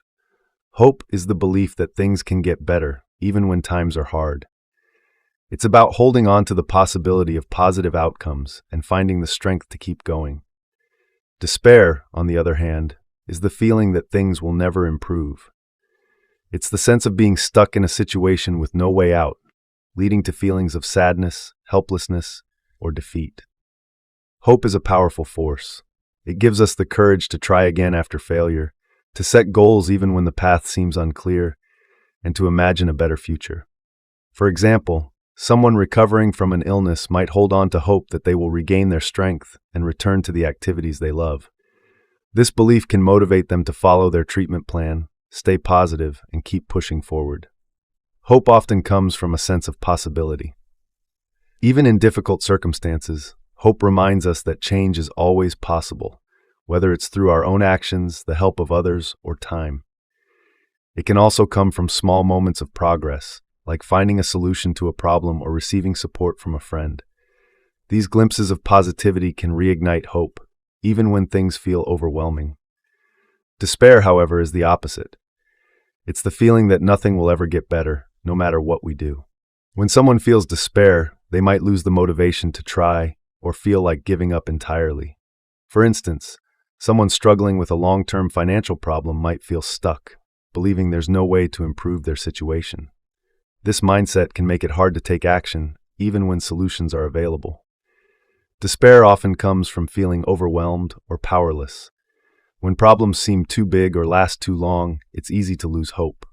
For example, someone facing repeated setbacks might start to believe that success isn't possible, even if they are making progress in small ways. Despair can also be fueled by isolation, as people who feel alone in their struggles may believe they have no one to turn to for help. The balance between hope and despair often depends on how we interpret our experiences and the support we have around us. People who feel hopeful tend to focus on what they can control, even in tough situations.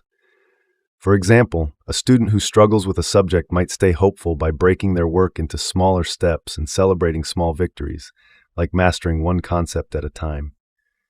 In contrast, someone feeling despair might focus on what's going wrong or on how far they have to go, which can make the situation feel even worse. One of the strengths of hope is that it encourages resilience. When people believe that better days are ahead, they're more likely to keep trying, even after setbacks. Hope doesn't mean ignoring problems or pretending everything is perfect. It means facing challenges with the belief that improvement is possible. For example, someone working through a difficult relationship might use hope to focus on ways to rebuild trust and communication. Despair, while often seen as negative, can also be a signal that something needs to change. When someone feels despair, it's a sign that they're struggling with something deeply important to them. For example, someone feeling hopeless about their job might realize that they need to explore a new career path. Despair can push people to reflect, reach out for help, or take a different approach to their challenges. The tension between hope and despair can also be seen in how people view the future. Hope focuses on possibilities and opportunities, while despair focuses on obstacles and limitations. For example, during a global crisis, Hope might inspire people to come together and find solutions, while despair might lead to feelings of helplessness or apathy. Both perspectives are natural, but hope often provides the energy needed to move forward. Hope doesn't mean ignoring the reality of a situation. It means finding reasons to keep going despite the difficulties. For example, someone grieving a loss might feel both sadness and hope at the same time. They might honor their pain while also holding on to the belief that healing is possible and that life can still bring joy in the future. At the same time, it's important to acknowledge despair when it happens. Pretending everything is fine or forcing optimism can sometimes make things worse. Instead, recognizing feelings of despair allows us to address them and seek support. For example, someone feeling hopeless about a project might benefit from talking to a mentor or friend who can offer encouragement or new ideas. Both hope and despair are part of the human experience, and it's normal to feel both at different times. The key is to find ways to move through despair and reconnect with hope. This might mean focusing on small steps, seeking help from others, or reminding yourself of past challenges you've overcome. Even when hope feels far away, it's often closer than it seems. In relationships, hope and despair can also play a role. Hope helps people build trust, believe in each other, and work through conflicts. Despair, on the other hand, might arise when trust is broken or when challenges feel too big to overcome. Open communication, empathy, and patience can help people move from despair back to hope, strengthening their connection in the process. Ultimately, hope and despair remind us of the power of perspective. Hope encourages us to see opportunities even in tough times and to keep going when things are hard. Despair challenges us to reflect on what we need and to seek new paths or support. Together, these emotions shape how we face life's challenges and remind us that even in moments of darkness, hope can light the way forward. Cognitive dissonance is a term used to describe the uncomfortable feeling we get when our thoughts, beliefs, or actions don't match. It's a kind of mental tension that happens when we hold two conflicting ideas at the same time, or when what we do doesn't align with what we believe. This idea helps explain why people sometimes act in ways that don't make sense or why they struggle with certain decisions. For example, imagine someone who believes in healthy eating but regularly eats junk food. On one hand, they value good nutrition and know it's important for their health. On the other hand, they might love the taste of fast food or find it convenient. These two conflicting ideas, I want to eat healthy and I'm eating junk food, create cognitive dissonance, a kind of mental discomfort. Cognitive dissonance happens to everyone. It's part of being human because we often face situations where our beliefs, actions, or values don't line up perfectly. When this happens, we feel uneasy, and we usually try to reduce that discomfort. How we do this can tell us a lot about how we think and behave. One way people deal with cognitive dissonance is by changing their behavior to match their beliefs. In the example of the person who wants to eat healthy, they might start cooking more meals at home and avoiding fast food. By making their actions align with their values, they reduce the tension they feel. Another way to handle dissonance is by changing beliefs to fit actions. This can happen when it's hard to change the behavior. For instance, the same person might tell themselves, eating junk food isn't that bad if I balance it with exercise. By adjusting their belief, they make their actions seem less contradictory. A third way people reduce cognitive dissonance is by adding new thoughts or justifications. This means finding reasons to explain the inconsistency. For example, they might think, I'm really busy, so fast food is the best option right now. These justifications help ease the discomfort without requiring a big change. Cognitive dissonance can show up in many parts of life, from small everyday choices to big decisions. For example, imagine buying an expensive car. If someone spends a lot of money but later starts to doubt whether the car was worth it, they might feel cognitive dissonance. To reduce it, they might focus on the car's good features, like its safety or style, and convince themselves it was a great purchase. It can also happen in relationships. For instance, if someone values honesty but catches themselves lying to a friend, they might feel dissonance. To cope, they might justify the lie by thinking, it was a small lie, and I didn't want to hurt their feelings. These kinds of internal conflicts are common and show how we try to protect our self-image. Cognitive dissonance can even play a role in social and political beliefs. When people encounter information that challenges their opinions, it can create discomfort. For example, if someone strongly supports a politician but learns about a mistake that politician made, they might feel dissonance. To resolve it, they might downplay the mistake or focus on the politician's positive actions instead. This phenomenon isn't always negative. It can also motivate positive change. For instance, when people realize their actions don't align with their values, it can push them to make better choices. Someone who cares about the environment but notices they aren't recycling might feel dissonance. That uncomfortable feeling could encourage them to start recycling or reduce waste, helping them align their actions with their beliefs. However, cognitive dissonance can also lead to stubbornness. Sometimes, instead of changing behavior or beliefs, people dig in and reject evidence that conflicts with their views. This can make it harder to grow or learn. For example, if someone refuses to accept a fact because it challenges their worldview, they might avoid the discomfort of dissonance, but miss an opportunity to expand their understanding. Psychologists first studied cognitive dissonance in the 1950s. One famous experiment involved participants doing a boring task and then being asked to tell others it was enjoyable. Some were paid a small amount, while others were paid more. Surprisingly, those who were paid less were more likely to convince themselves the task was fun. Why? Because they felt more dissonance.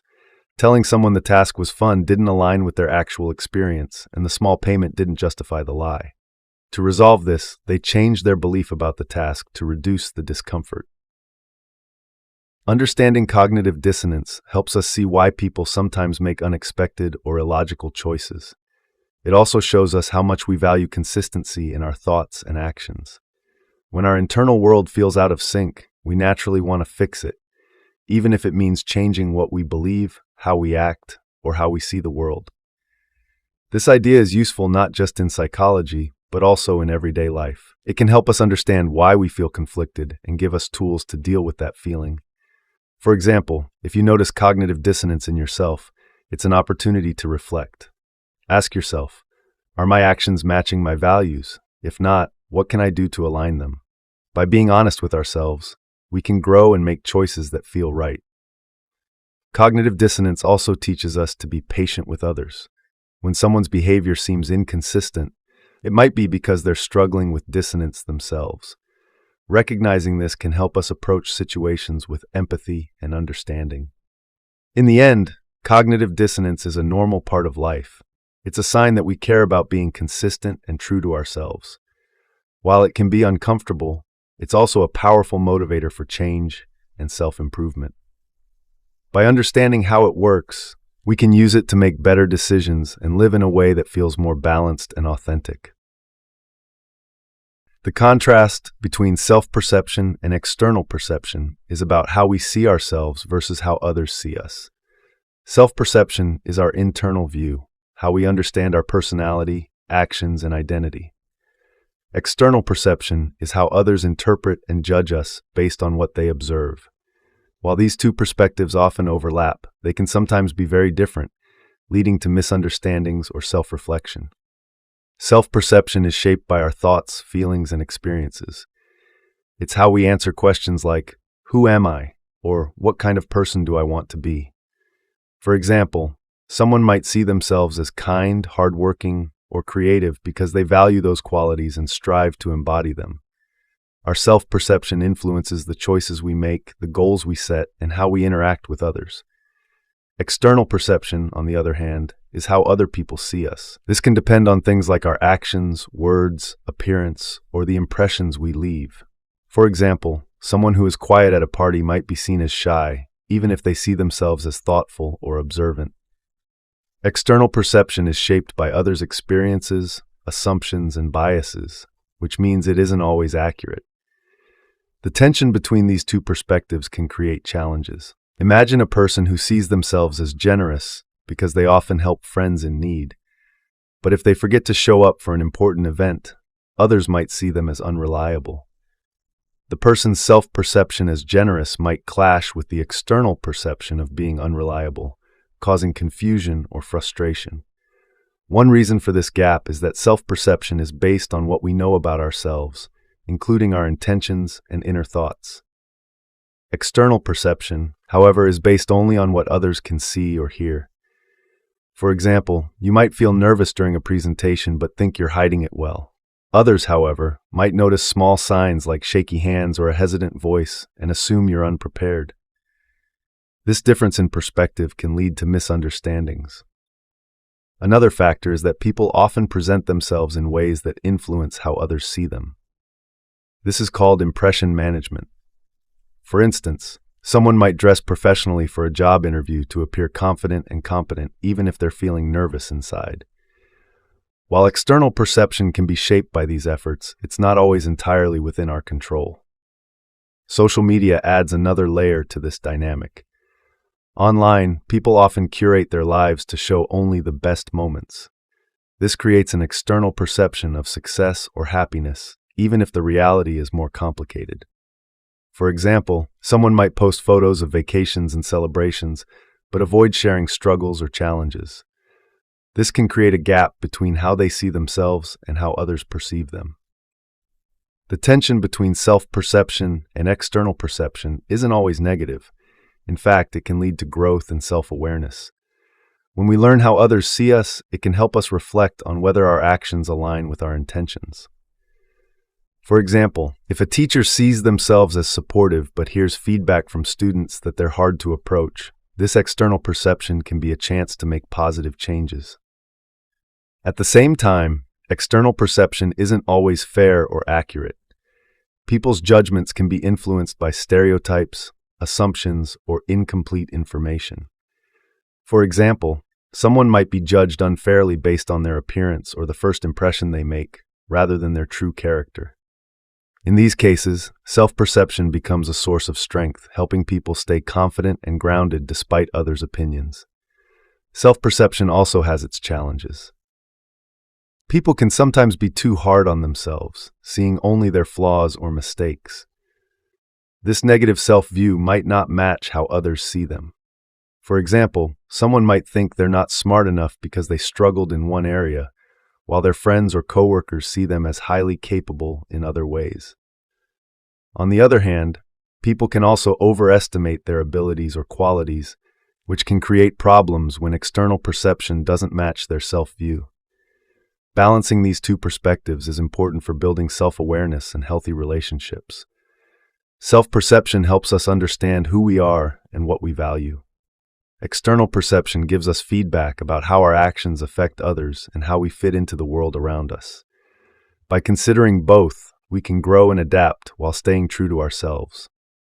For instance, in a workplace, someone might see themselves as a team player, always willing to help. But if their coworkers feel they dominate conversations or don't listen enough, that external perception is valuable feedback. The person can use it to adjust their behavior, like listening more actively, while still holding on to their self-view as someone who values teamwork. In relationships, understanding these perspectives is key. Imagine a person who sees themselves as caring because they often give advice to their friends. However, if their friends feel overwhelmed or misunderstood, the external perception might suggest they need to focus more on listening than giving advice.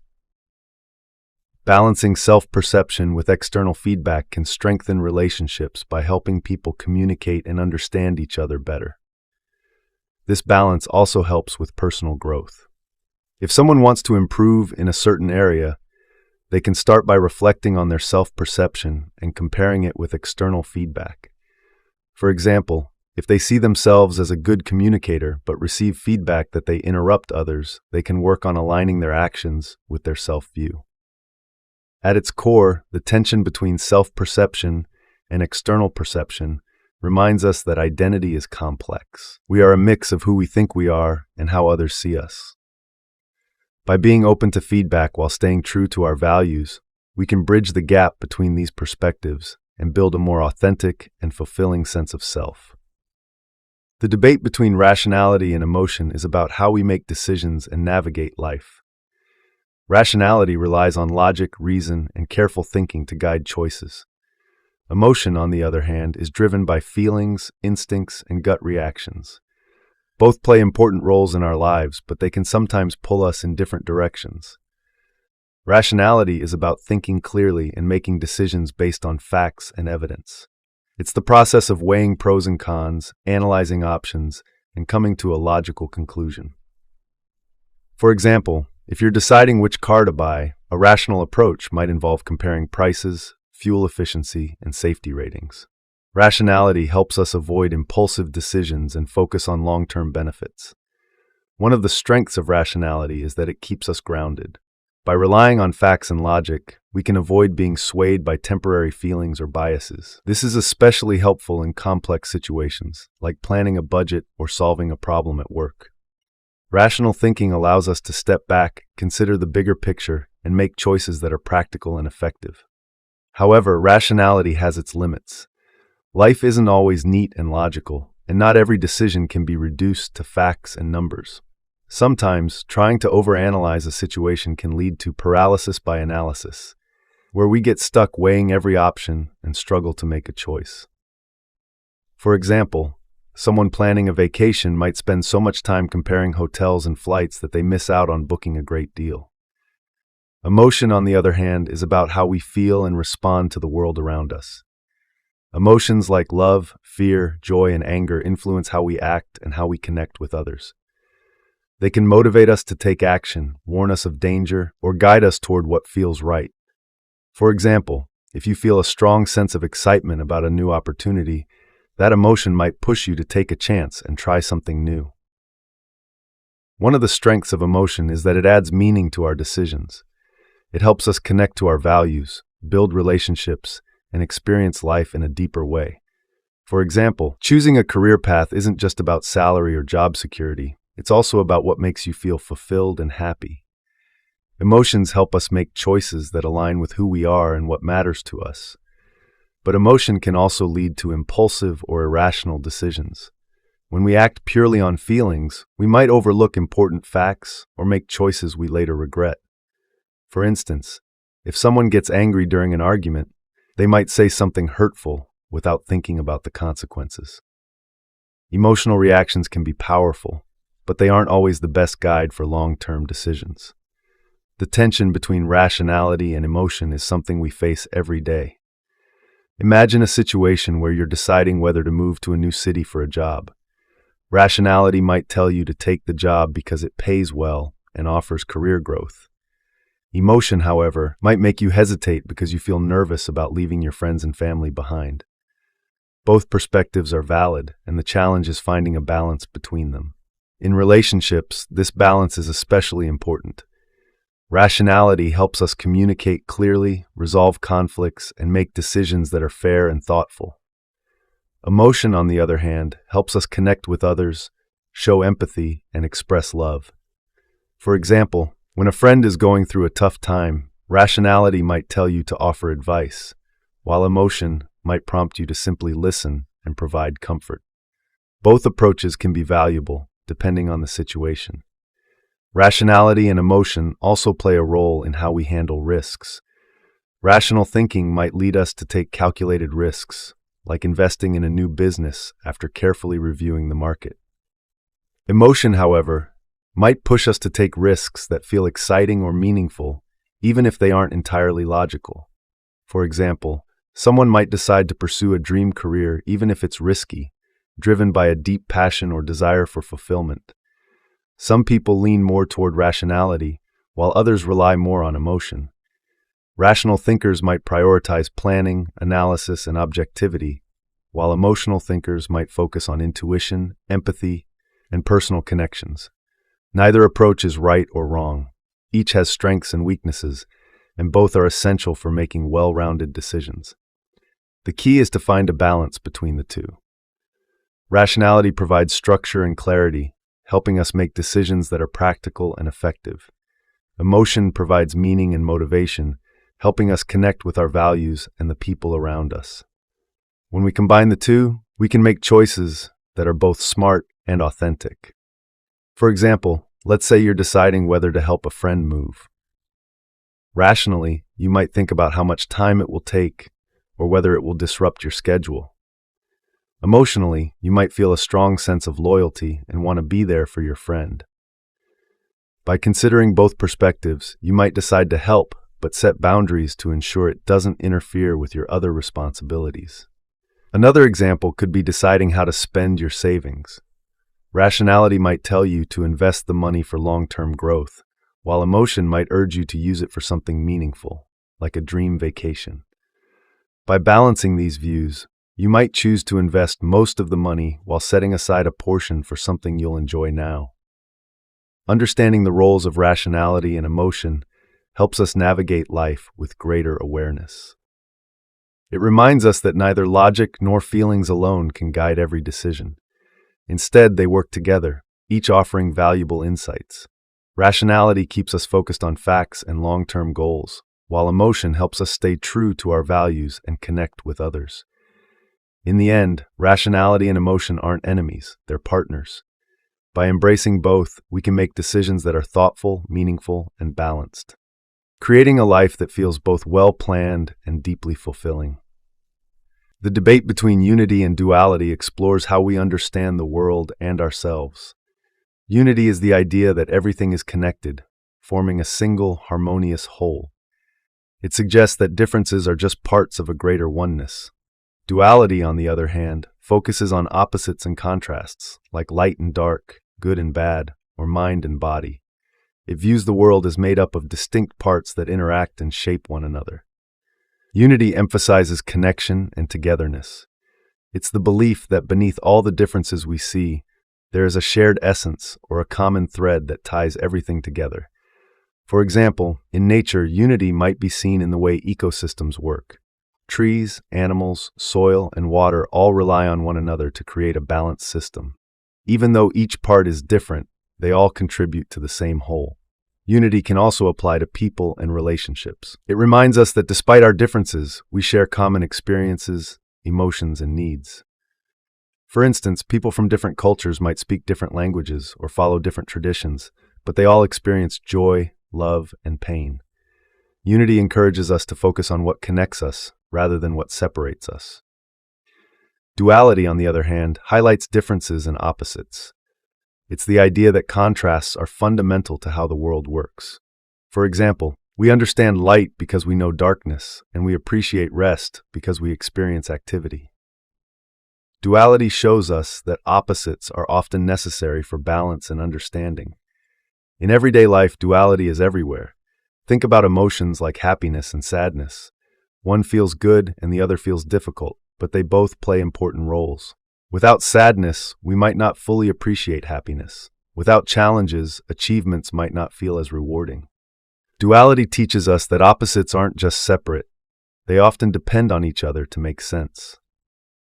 The tension between unity and duality can be seen in how people view the world.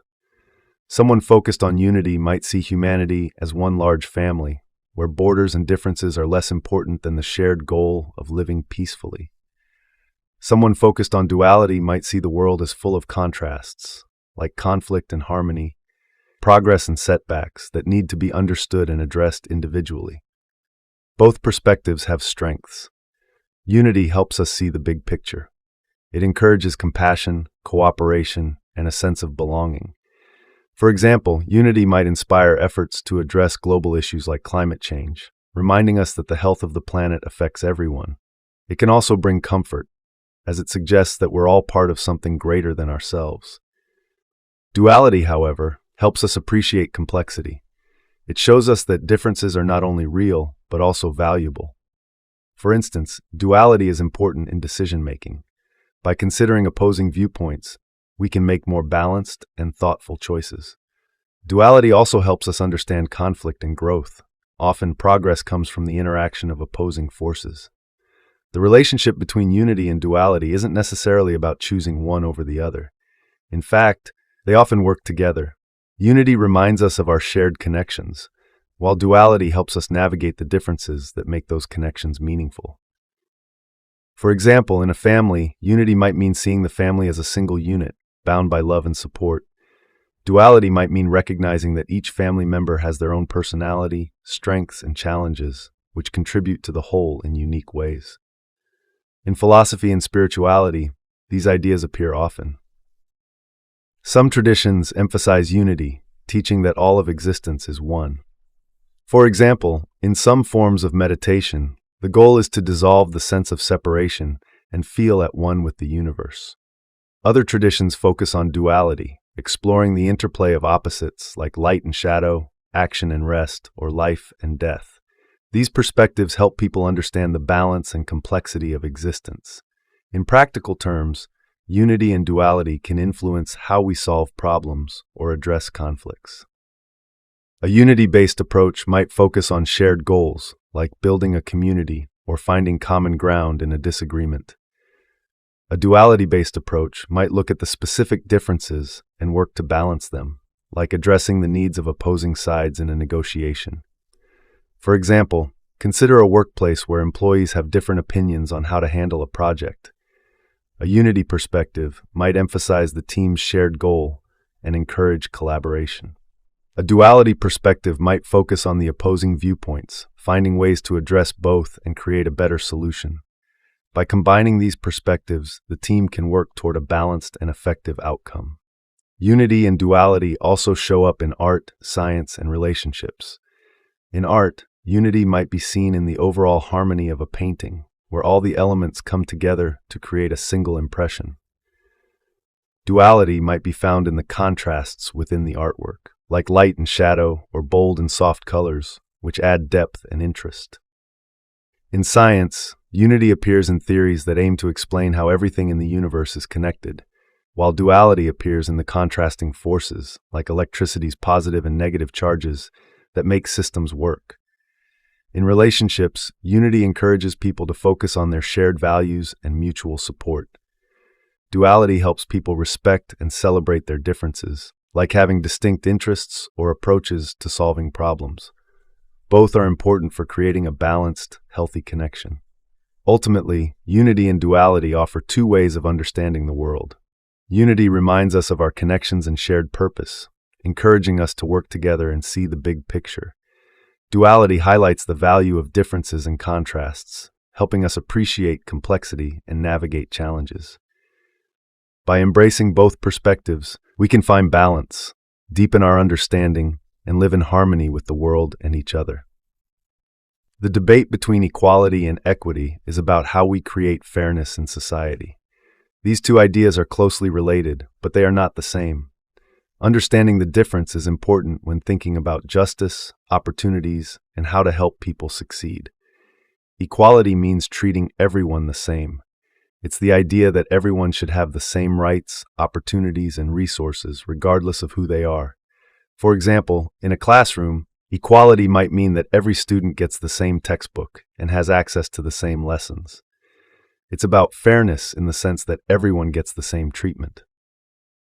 Equity, on the other hand, focuses on giving people what they need to succeed. It's the idea that fairness sometimes requires different treatment because people start from different places or face different challenges. Using the classroom example, equity might mean giving extra help to students who struggle with reading or providing tools like a hearing aid to a student with hearing loss.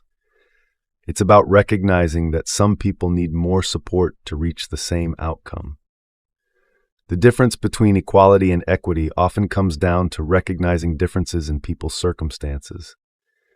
Imagine a race where everyone starts at the same point, but one runner has a sprained ankle. Equality would mean giving everyone the same chance to compete, but it wouldn't address the fact that the injured runner is at a disadvantage. Equity would mean giving the injured runner extra time or support to level the playing field. One of the strengths of equality is that it's easy to understand and feels fair on the surface. Treating everyone the same seems like the right thing to do, especially when it comes to laws, rules, and opportunities.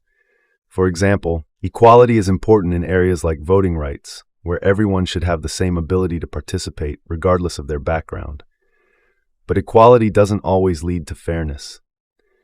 If people face different challenges or barriers, treating them all the same might not help them equally.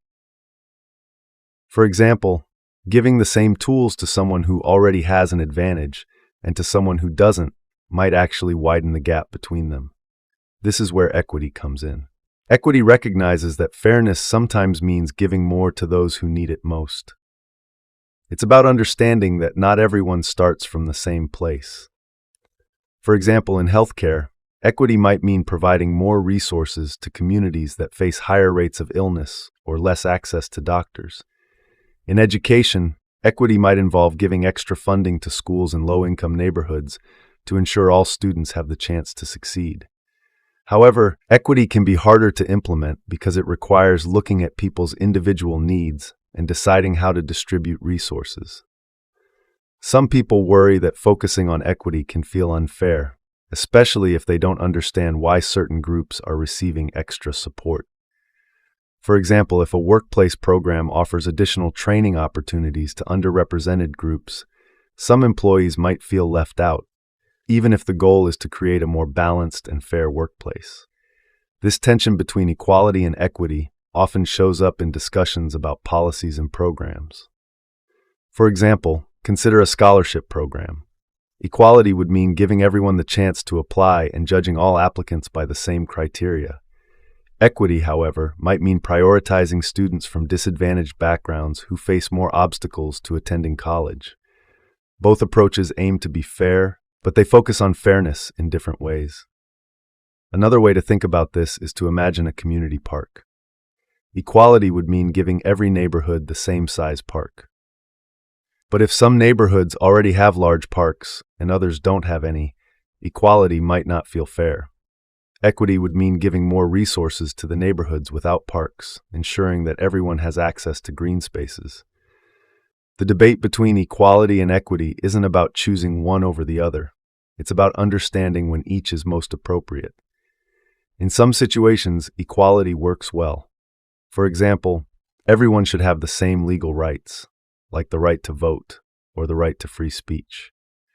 In other situations, equity is necessary to address imbalances and ensure that everyone can achieve the same outcomes. It's also important to recognize that equality and equity can work together. For example, in education, equality might mean providing every student with access to quality teachers and schools. Equity would go a step further, offering additional support to students who need it, like tutoring programs or access to technology. By combining equality and equity, we can create systems that are fair for everyone. This debate also raises bigger questions about how we define fairness. Is fairness about giving everyone the same opportunities, or is it about ensuring that everyone reaches the same outcomes? Different people might have different answers, depending on their experiences and values. At its core, the conversation about equality versus equity challenges us to think deeply about fairness and justice. It reminds us that while treating everyone the same feels simple and fair, real fairness often requires understanding the unique challenges people face. By recognizing these differences, we can create a world where everyone has the chance to succeed, no matter where they start. The debate between individualism and collectivism is about how people see their role in society and how they balance personal freedom with the needs of the group. These two ideas shape cultures, communities, and even personal relationships in different ways. Let's break it down simply to understand what these concepts mean and how they affect our daily lives. Individualism is the idea that the individual is the most important. In individualist cultures, people focus on personal goals, choices, and achievements. The belief is that everyone should have the freedom to follow their own path and make their own decisions. This idea values independence and self-reliance. For example, in an individualist society, someone might prioritize their career goals over staying close to their family. They might move to a new city for a better job because their personal success is seen as more important than staying where they grew up. Collectivism, on the other hand, is the belief that the group is more important than the individual. In collectivist cultures, people focus on the needs of their family, community, or society as a whole. The belief is that by working together and supporting each other, the group becomes stronger. In a collectivist society, someone might stay in their hometown to help take care of aging parents or support the family business, even if they have personal dreams of moving elsewhere. Both of these ideas have their strengths and weaknesses, and neither is better than the other in every situation. Instead, they reflect different ways of thinking about how people relate to one another. One of the strengths of individualism is that it encourages personal freedom and creativity. People are free to explore their own interests, make their own choices, and express themselves. This can lead to innovation, as individuals are motivated to think outside the box and find new solutions. For example, in individualist cultures, people might start their own businesses or pursue artistic careers, even if it means taking big risks.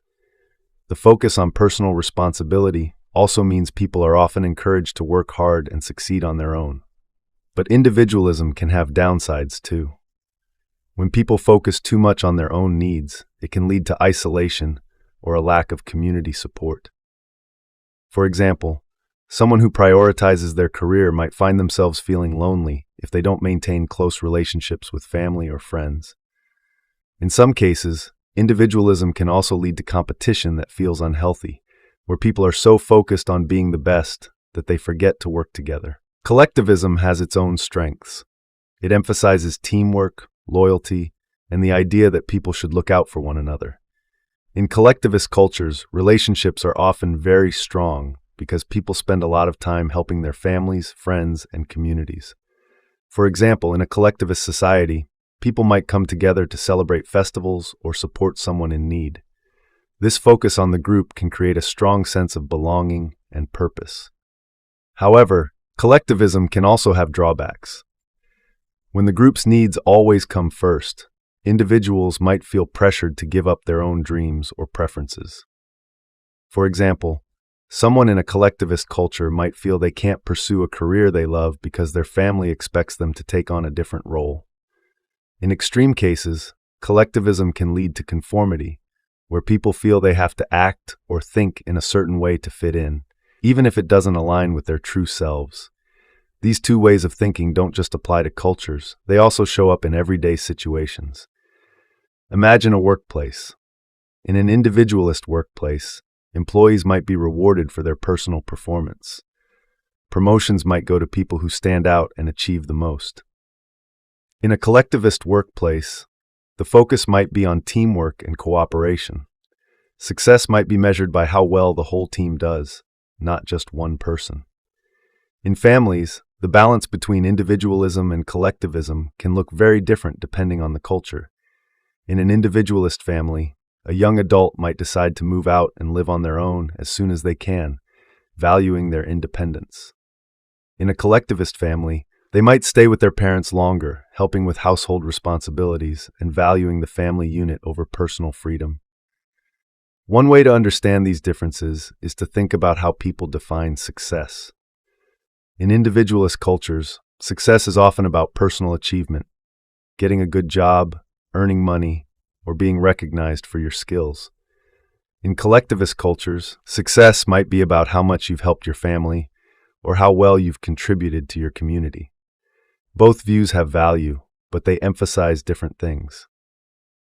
It's also important to remember that no culture is completely individualist or completely collectivist. Most societies have a mix of both ideas.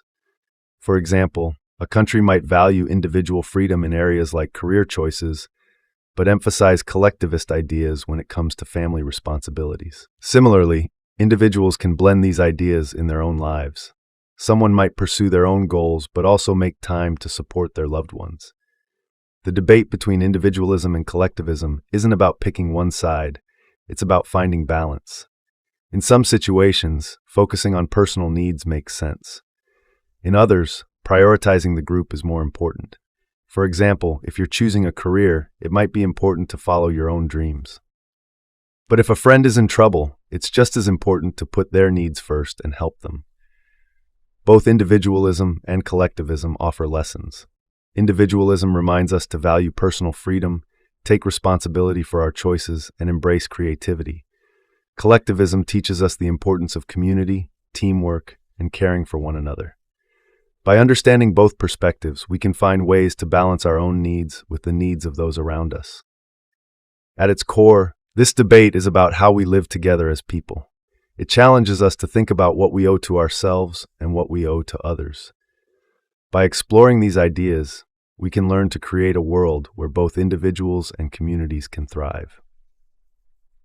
The debate between freedom and security is about balancing two important needs. Freedom is the ability to make choices and live without unnecessary restrictions. Security is the protection from harm, danger, or threats. Both are essential, but they can sometimes come into conflict.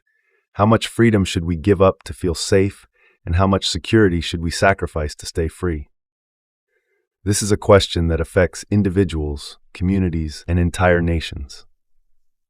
Freedom is about personal choice and independence. It means being able to decide how to live your life without interference from others, including the government.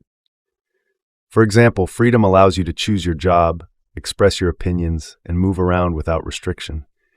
It's a core value in many societies because it gives people control over their own lives. But freedom also comes with risks. When everyone has the freedom to make their own choices, it means people can also choose to act in harmful ways. For instance, if there were no traffic laws, everyone could drive however they wanted, but it would likely lead to accidents and chaos. This is where security comes in. Security is about protection. It ensures that people are safe from harm and that society can function peacefully. Security measures can include laws, rules, and systems designed to keep order. For example, requiring seatbelts in cars or setting speed limits are security measures aimed at reducing the risk of injury or death. These rules limit freedom in small ways, but they make life safer for everyone. The challenge is that increasing security often means reducing freedom.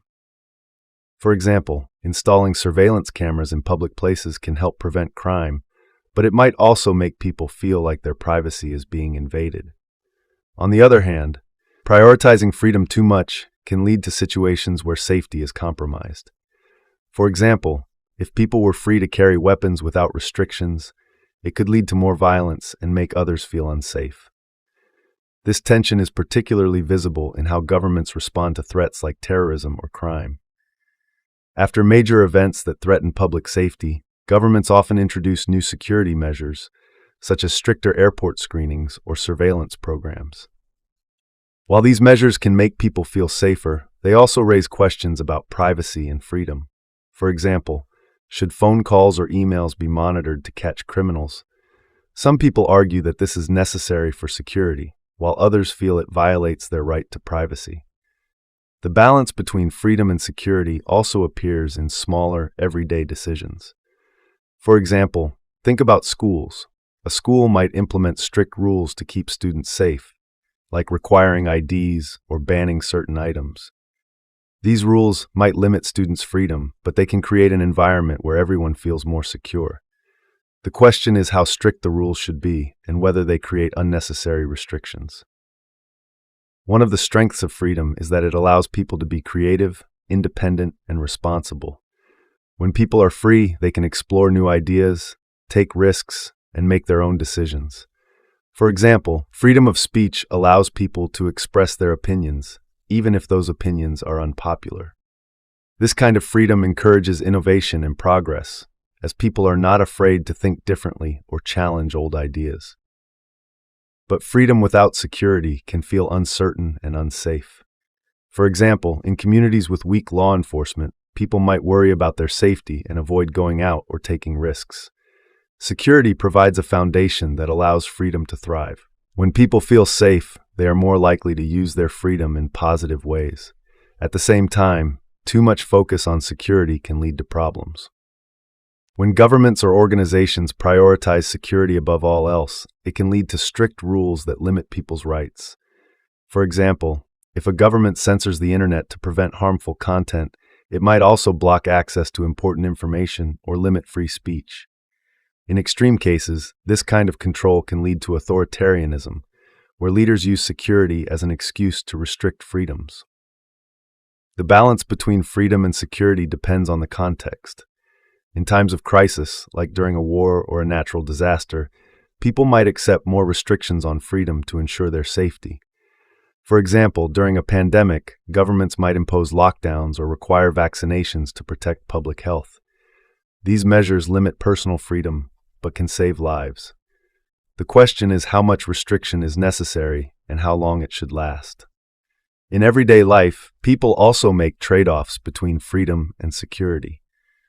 For example, when you lock your doors at night, you're giving up the freedom to leave your home open in exchange for the security of knowing you're protected from intruders. Similarly, when you agree to share personal information online to use certain services, you're trading some privacy for convenience and access. Finding the right balance between freedom and security is not easy, and there's no one-size-fits-all solution. It often depends on the values of a society and the specific challenges it faces.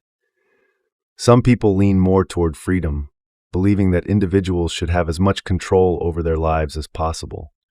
Others prioritize security, believing that safety and order are more important than complete freedom. This debate also raises questions about trust. People are more likely to accept security measures if they trust that those in charge are using them responsibly.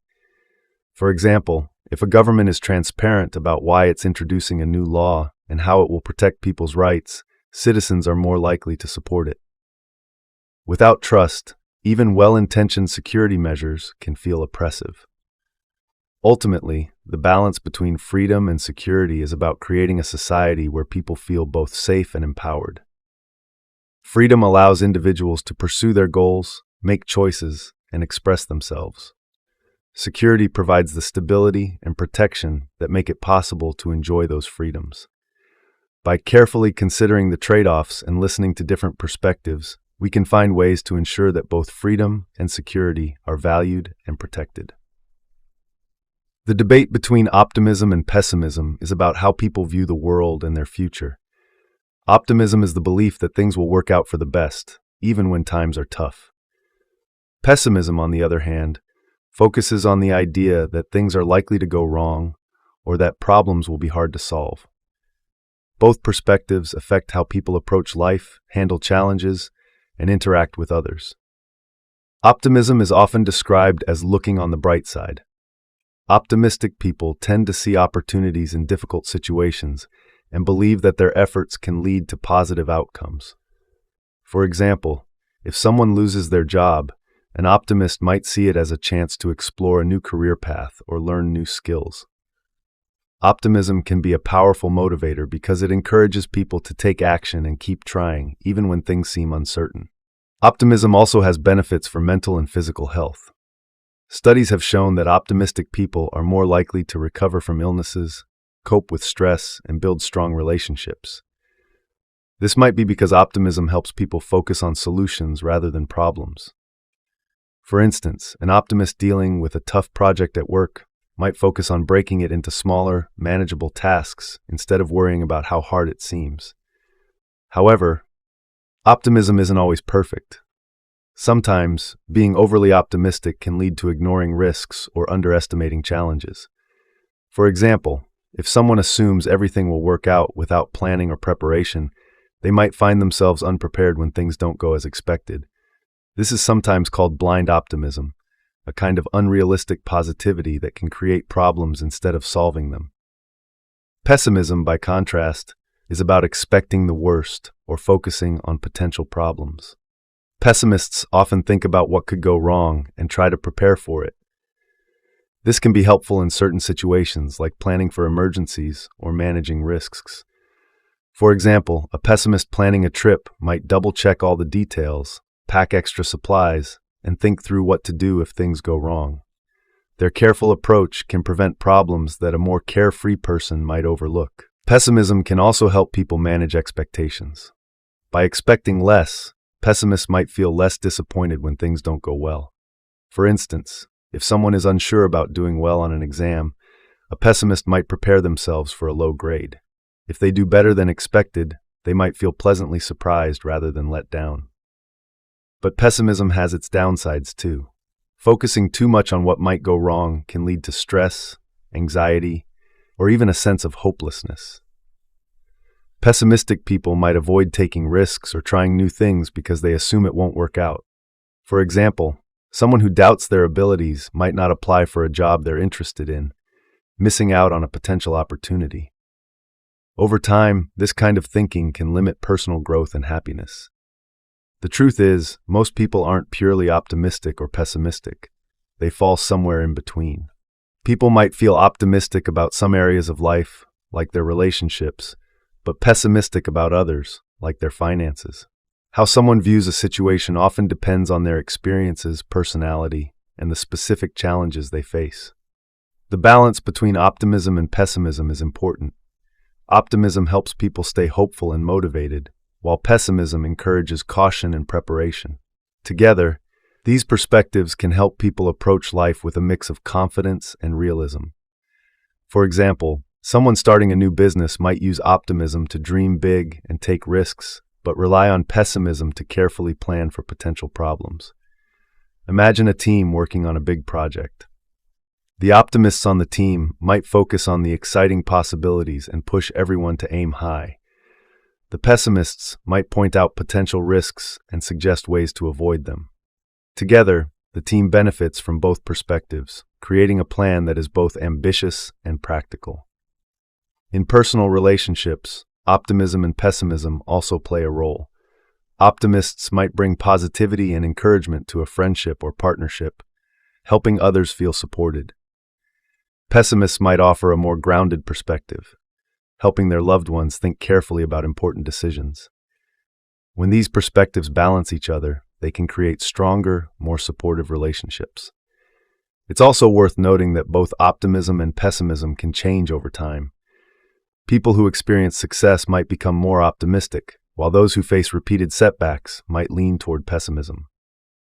Life experiences, health, and even the people we spend time with can influence how we see the world. For example, spending time with optimistic friends might encourage someone to adopt a more positive outlook, while being surrounded by negativity might make someone more pessimistic. Both optimism and pessimism offer valuable lessons. Optimism teaches us to look for the good in situations, believe in our ability to overcome challenges, and keep moving forward. It reminds us that even in tough times, there's often a way to improve things. Pessimism, on the other hand, teaches us to be cautious, to prepare for setbacks, and to think carefully about risks. It reminds us that not everything will go smoothly and that it's important to have a backup plan. The key is to find a balance that works for you. Too much optimism can make you unprepared, while too much pessimism can hold you back. By combining the best of both perspectives, you can approach life with hope while staying grounded in reality. Whether you lean more toward optimism or pessimism, both have something valuable to offer. Together, they help us navigate life's challenges and find a path forward. The debate between tradition and progress is about balancing the old with the new. On one side, tradition values the customs, practices, and beliefs that have been passed down through generations. On the other, progress focuses on change, innovation, and moving forward. Both ideas are important, but they sometimes clash, leaving people to wonder which should take priority. Tradition is about keeping things the same. It holds on to practices that have worked in the past, giving people a sense of stability and identity. Traditions can be as simple as celebrating a holiday in a certain way, or as complex as following cultural or religious rituals. For many, traditions provide a link to their ancestors and a way to connect with their heritage. For example, wearing traditional clothing during a wedding or gathering with family for a holiday meal are ways people honor their past. Tradition also creates a sense of belonging. When people take part in shared customs, they feel like they're part of something bigger than themselves. It can build strong ties within families, communities, and cultures. For instance, a town festival that happens every year can bring people together, reminding them of shared values and history. Progress, on the other hand, is about moving forward and finding better ways to do things. It focuses on improvement, whether that's through technology, ideas, or ways of living. Progress often questions old ways of thinking, asking whether they still make sense in the modern world. For example, progress might mean developing new medical treatments or creating laws that promote equality and fairness. Progress brings benefits by solving problems that traditions might not address. It's the reason we have electricity, vaccines, and faster ways to travel. Progress also encourages people to think critically and imagine new possibilities. For example, questioning old social norms has led to more rights for women, greater acceptance of diverse cultures, and changes in how people approach education. But the clash between tradition and progress often happens when one side feels threatened by the other. People who value tradition might see progress as disrespectful or risky, worrying that change could weaken the bonds that hold communities together. On the other hand, people who focus on progress might see tradition as outdated or limiting, believing it prevents society from evolving. Let's look at an example. Imagine a small town where farming has been the way of life for generations. Families pass down their farming techniques, and the community values hard work and the land. But then, a company introduces new farming technology that could make work easier and crops grow faster. Some people in the town might welcome this as progress, excited about the possibilities. Others might worry that using machines will take away the skills and traditions that have defined their way of life. This tension also appears in how people celebrate traditions in a changing world. For instance, some cultures have traditional clothing or festivals that have been part of their identity for centuries. As the world becomes more connected, people might start blending these traditions with modern styles or new customs. For some, this mix feels like progress, showing how cultures can adapt. For others, it feels like losing something important. In families, the balance between tradition and progress can create challenges too. Parents might want to pass on their customs and values, while younger generations might want to do things differently. For example, a family might have a tradition of cooking certain dishes during holidays, but younger members might prefer to try new recipes or celebrate in other ways. Finding a way to honor the past while embracing new ideas can be tricky but rewarding. One of the strengths of tradition is that it offers guidance. When people don't know what to do, they can look to traditions for answers. For example, traditional practices often include ways to celebrate life events like weddings or funerals, giving people a sense of structure and meaning during important times. Traditions also often carry wisdom from the past, like old recipes or farming techniques that have stood the test of time. But tradition isn't perfect. Sometimes traditions hold on to ideas or practices that no longer make sense.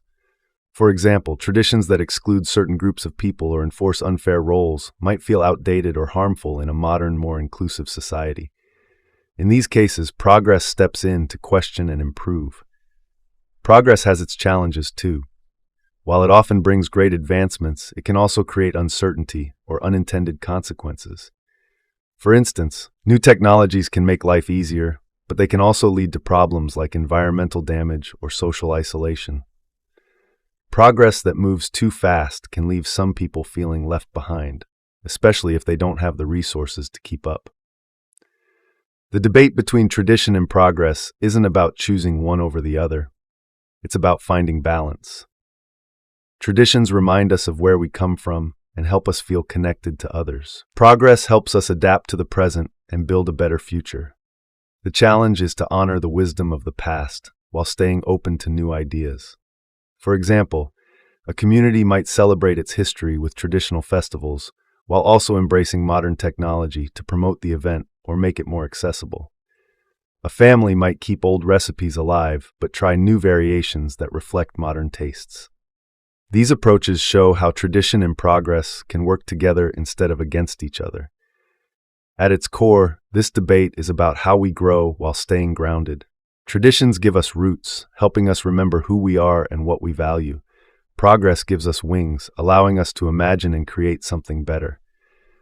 By respecting both, we can build a world that honors the past and embraces the future. The debate between globalization and nationalism is about how people view their connection to the world versus their loyalty to their own country. Globalization focuses on bringing people, economies, and cultures closer together, creating a more connected world. Nationalism emphasizes pride in one's country, protecting its interests, and preserving its unique identity. Both ideas have strong points, but they can also come into conflict. Globalization is about breaking down barriers. It's the process of countries and people becoming more interconnected through trade, communication, and travel. For example, when you buy a smartphone, it might be designed in one country, assembled in another, and use parts made in several others. This kind of global cooperation allows businesses to grow, new ideas to spread, and people to experience goods and cultures from around the world. One of the biggest benefits of globalization is economic growth. By trading with other countries, businesses can reach more customers and create more jobs. Consumers also benefit because they have access to a wider variety of products at lower prices. For example, fruits like bananas or avocados, which might not grow in your country, are often available year-round thanks to global trade. Globalization also helps ideas and cultures spread. The internet has made it easier than ever for people to connect across borders. Music, movies, food, and fashion from one country can quickly become popular in another. This cultural exchange can lead to greater understanding and appreciation between people from different parts of the world. But globalization isn't perfect. One of its downsides is that it can lead to inequality. While some people and businesses thrive in a global economy, others struggle. For example, small local businesses might find it hard to compete with big international companies. Jobs can also be outsourced to other countries, leaving workers in one place without opportunities. This has made some people feel left behind by globalization. Globalization can also lead to a loss of cultural identity. When international trends dominate, smaller or more traditional cultures might feel overshadowed. For example, local languages, customs, or art forms can sometimes be replaced by global ones, which can make people worry about losing what makes their culture unique. Nationalism, on the other hand, is about focusing on your own country. It's the belief that a nation should look out for its own people first and protect its traditions, values, and interests. Nationalism often encourages pride in your country's history and achievements. For example, celebrating national holidays, promoting local industries, or supporting homegrown products are ways people express nationalism. One strength of nationalism is that it can create unity. When people feel connected to their country, they might work together to solve problems or achieve goals.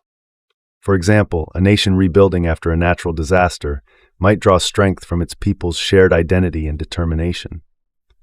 Nationalism can also protect local cultures and industries. By focusing on what makes a country unique, nationalism helps preserve traditions and values that might otherwise be lost in a globalized world. For example, a government might support local farmers or artists to keep traditional practices alive. But nationalism has its challenges too. When taken to extremes, it can lead to isolation or conflict. If a country focuses too much on itself, it might cut off trade or cooperation with others, which can hurt its economy or limit access to important resources. Extreme nationalism can also lead to tension between countries, as each one puts its own interests ahead of working together. For example, if countries compete too aggressively for resources like oil or water, it can lead to disputes or even wars. Nationalism can also make it harder for nations to address global issues like climate change, which require cooperation across borders. The tension between globalization and nationalism often comes down to priorities. Globalization emphasizes the benefits of working together and sharing resources, while nationalism emphasizes protecting what's yours. For example, in trade agreements, globalization focuses on creating rules that benefit many countries, but nationalism might prioritize policies that protect local jobs and industries. This debate is also visible in immigration. Globalization encourages the free movement of people, with workers and students crossing borders to seek new opportunities. Nationalism, however, might push back, arguing that immigration should be limited to protect jobs and resources for the country's own citizens. Both sides raise important points, and finding a balance can be challenging. Even in culture, this tension is clear. Globalization promotes the idea that cultures can mix and learn from one another, creating a rich, shared experience. Nationalism, however, might emphasize preserving traditions and keeping outside influences at bay.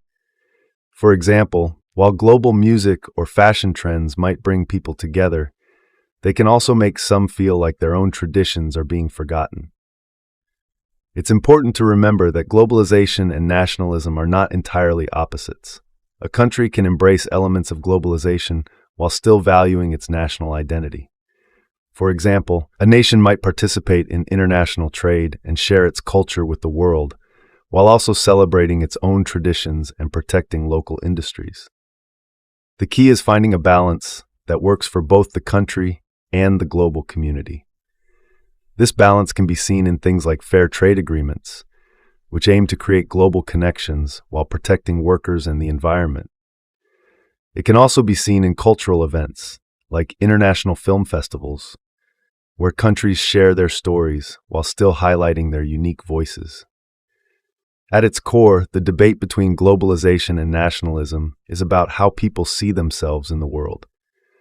Globalization reminds us that we are all connected and can learn from one another. It shows us the value of working together to solve problems and create opportunities. Nationalism reminds us of the importance of local communities, traditions, and the need to take care of our own people. By understanding both perspectives, we can build a world where countries cooperate and connect while still honoring their unique identities. Globalization and nationalism don't have to be enemies. They can work together to create a future that values both the global and the local. This balance isn't always easy to achieve, but by listening to both sides, we can find ways to move forward that benefit everyone. The contrast between overthinking and intuition is about how we make decisions and approach situations. Overthinking relies on careful analysis, questioning, and weighing every detail. Intuition, on the other hand, is about trusting your gut, a sense of knowing or acting without needing to think things through step by step. Both approaches have their strengths and weaknesses, and finding a balance between them is key to making better decisions. Overthinking happens when we focus on a problem or decision too much, often going over the same details repeatedly. It's like being stuck in a mental loop where we're afraid of missing something or making the wrong choice.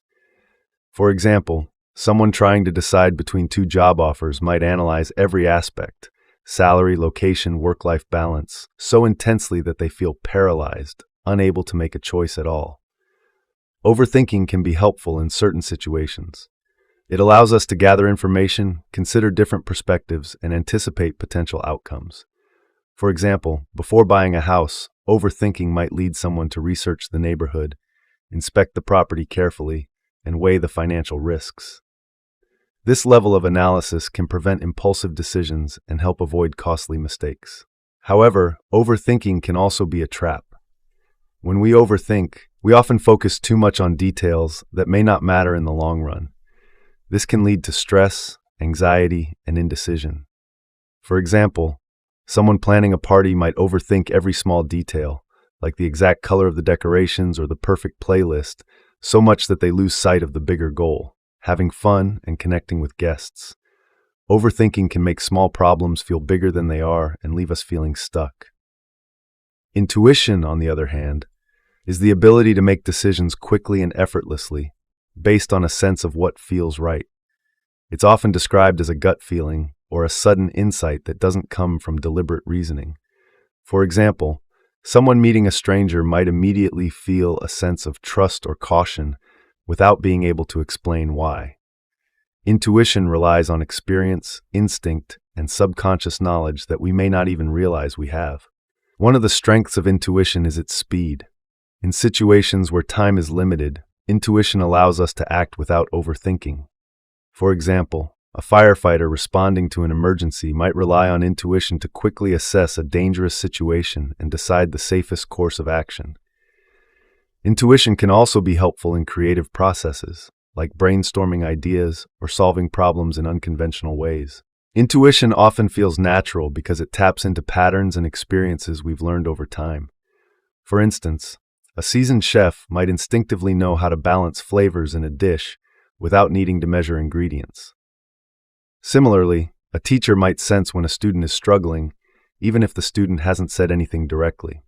But intuition isn't always reliable. It can be influenced by biases, emotions, or incomplete information. For example, someone might have a gut feeling that a certain investment is a good idea, only to realize later that they didn't consider important facts. Intuition can sometimes lead to snap judgments that are based more on assumptions than reality. The tension between overthinking and intuition often arises when we're faced with important decisions. Should we rely on careful analysis or trust our instincts? The answer depends on the situation. In complex decisions that require careful planning, like choosing a career path or making a financial investment, overthinking might be more helpful. In fast-moving or emotional situations, like responding to an emergency or making a creative choice, intuition might be the better guide. The key is finding a balance between the two. Overthinking and intuition can work together to help us make better decisions. For example, someone deciding whether to accept a new job might start by listening to their intuition. Does the opportunity feel exciting or right for them? Then they can use overthinking to carefully analyze the pros and cons, ensuring they've considered all the practical factors. It's also important to recognize when we're leaning too far in one direction. If overthinking is causing stress or making it hard to move forward, it might be time to pause and listen to your intuition. For instance, if you've been agonizing over whether to book a vacation, your intuition might remind you that you've been wanting to travel for a long time and it's worth saying yes. Similarly, if intuition is leading you to act impulsively, it might be helpful to slow down and think things through. For example, if you feel an urge to buy something expensive, overthinking might help you consider whether it's truly worth the cost or if you're acting on a fleeting feeling. Understanding the balance between overthinking and intuition can also improve relationships. Overthinking might make us second-guess our words or actions, worrying about how others perceive us. Intuition, on the other hand, can help us connect more authentically by trusting our natural instincts in social situations. For example, if you sense that a friend is upset, your intuition might guide you to check in with them, while overthinking might cause you to hesitate, wondering if you're reading the situation correctly. In the end, both overthinking and intuition have their place. Overthinking helps us plan, analyze, and make thoughtful choices, while intuition allows us to act quickly and trust our inner wisdom. By learning to recognize when each approach is most useful, we can make decisions with more confidence and ease. Ultimately, overthinking and intuition are not opposites. They are tools we can use together. Overthinking provides the structure and logic we need to navigate complex situations, while intuition offers the spontaneity and insight that come from our deeper instincts. By balancing the two, we can approach life's challenges with both careful thought and natural confidence, making decisions that feel right for both our minds and our hearts. The contrast between technology and nature explores two forces that shape our lives in profound ways. Technology represents human innovation, tools and systems designed to solve problems and make life easier. Nature, on the other hand, is the world as it exists without human interference. Forests, oceans, animals, and the rhythms of the natural environment. Both technology and nature are essential to our existence, but they often seem to be at odds. Technology is about progress and problem solving. It has transformed how we live, work, and communicate. From electricity and medicine to smartphones and the internet, technology has made life more convenient and connected. For example, video calls allow people to stay in touch across continents, and advances in healthcare have extended life expectancy and improved quality of life. One of technology's strengths is its ability to solve problems quickly and efficiently. It offers solutions to challenges that would be difficult or impossible to address without it. For instance, satellites help predict weather patterns, allowing communities to prepare for natural disasters, while renewable energy technologies aim to reduce reliance on fossil fuels and combat climate change. However, technology has its drawbacks. While it can bring convenience and innovation, it can also lead to overdependence, environmental damage, and a sense of disconnection from the natural world. For example, the extraction of resources for electronics contributes to habitat destruction, and excessive screen time can impact mental health and reduce time spent outdoors. Nature, by contrast, is about balance, simplicity, and connection to the earth. It provides us with the essentials of life: clean air, water, food, and a stable climate. Nature also nurtures our well-being in ways that technology often cannot. For example, spending time in a forest or by the ocean can reduce stress, boost mood, and improve physical health. These benefits come from simply being present in the natural world. Nature also teaches us about harmony and resilience. Ecosystems work through interconnected relationships where every part plays a role. For example, forests rely on trees, plants, animals, fungi, and microbes to maintain balance and support life.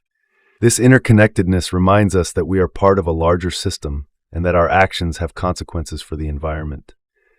But nature can also be unpredictable and challenging. Natural disasters like hurricanes, droughts, and earthquakes remind us that nature has its own power, often beyond human control.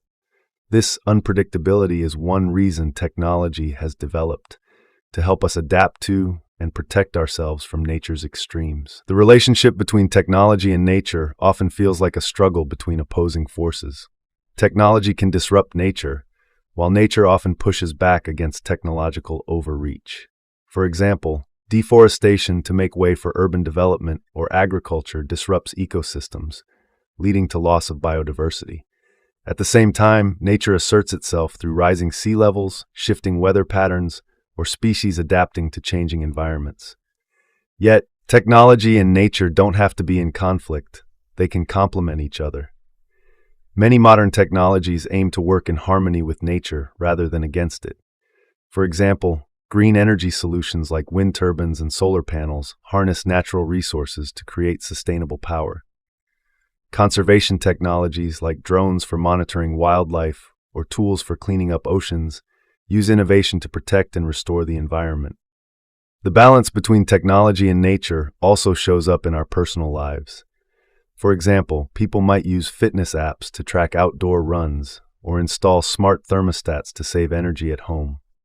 These tools merge technology with nature-focused goals, making it easier to live in a way that respects both. At the same time, it's important to step back from technology and reconnect with nature. While smartphones and social media keep us connected to the digital world, they can also pull us away from the natural one. Taking time to unplug and spend time outdoors can help restore a sense of balance, offering peace and perspective that technology can't replicate. Cultural attitudes toward technology and nature also shape how we approach this relationship. In some cultures, technological progress is seen as the ultimate goal, a way to master and improve the world. In others, there's a greater emphasis on living in harmony with nature, valuing traditional practices and sustainability over rapid innovation. Both perspectives have lessons to offer about how to navigate the balance between these forces. One way to bridge the gap is to think about how technology can enhance our relationship with nature rather than replace it. For example, apps that identify plants or birds can help people learn more about the natural world. Virtual reality can offer experiences of distant ecosystems, inspiring a greater appreciation for their beauty and the need to protect them. Ultimately, the tension between technology and nature is about finding balance. Technology represents human ingenuity and the drive to improve our lives, while nature reminds us of our roots, our limitations, and our dependence on the earth. Both are essential, and neither can be ignored. By using technology responsibly and staying connected to nature, we can create a world where these two forces work together. Whether it's through sustainable practices, eco-friendly innovation, or simply spending time outdoors, we can honor both the tools we've created and the natural world that sustains us. This balance isn't always easy to achieve, but it's vital for our health, happiness, and the future of the planet. The contrast between wealth and happiness is about understanding what truly makes life fulfilling. Wealth represents material possessions and financial resources, while happiness is about a sense of well-being, contentment, and joy. While wealth can contribute to happiness in some ways, the two are not the same, and pursuing one does not always guarantee the other. Wealth provides security and opportunity. It allows people to afford basic needs like food, shelter, healthcare, and education. Having enough money to cover these essentials can reduce stress and make life more comfortable. For example, someone who doesn't have to worry about paying their bills is more likely to feel relaxed and focused on other aspects of life. Wealth can also open doors to experiences that bring happiness, like traveling, pursuing hobbies, or spending time with loved ones. A person with financial stability might be able to take a dream vacation, invest in their passions, or spend more time with family because they don't have to work multiple jobs. However, wealth has its limits when it comes to happiness. Studies have shown that once people reach a certain level of financial security, enough to meet their needs and have some comfort, additional money doesn't necessarily make them happier. For example, someone with a modest but secure income might be just as happy as someone who earns millions if both have meaningful relationships, good health, and a sense of purpose. Happiness, on the other hand, is often about things money can't buy. Strong relationships, personal growth, a sense of purpose, and experiences that bring joy contribute more to long-term happiness than material possessions. For instance, spending quality time with loved ones or helping a friend in need can create feelings of connection and fulfillment that no amount of money can replace. One of the challenges in the wealth versus happiness debate is that society often equates success with wealth. People are encouraged to strive for higher salaries, bigger houses, or more possessions, thinking these will bring happiness. While achieving financial goals can provide a sense of accomplishment, it's not always enough to fill deeper emotional or spiritual needs. For example, someone might work long hours to afford a luxurious lifestyle, but feel lonely or disconnected because they don't have time for meaningful relationships. On the flip side, pursuing happiness without considering financial stability can also be challenging. For example, someone who chooses a low-paying job they love might struggle to cover basic needs, leading to stress that affects their overall well-being.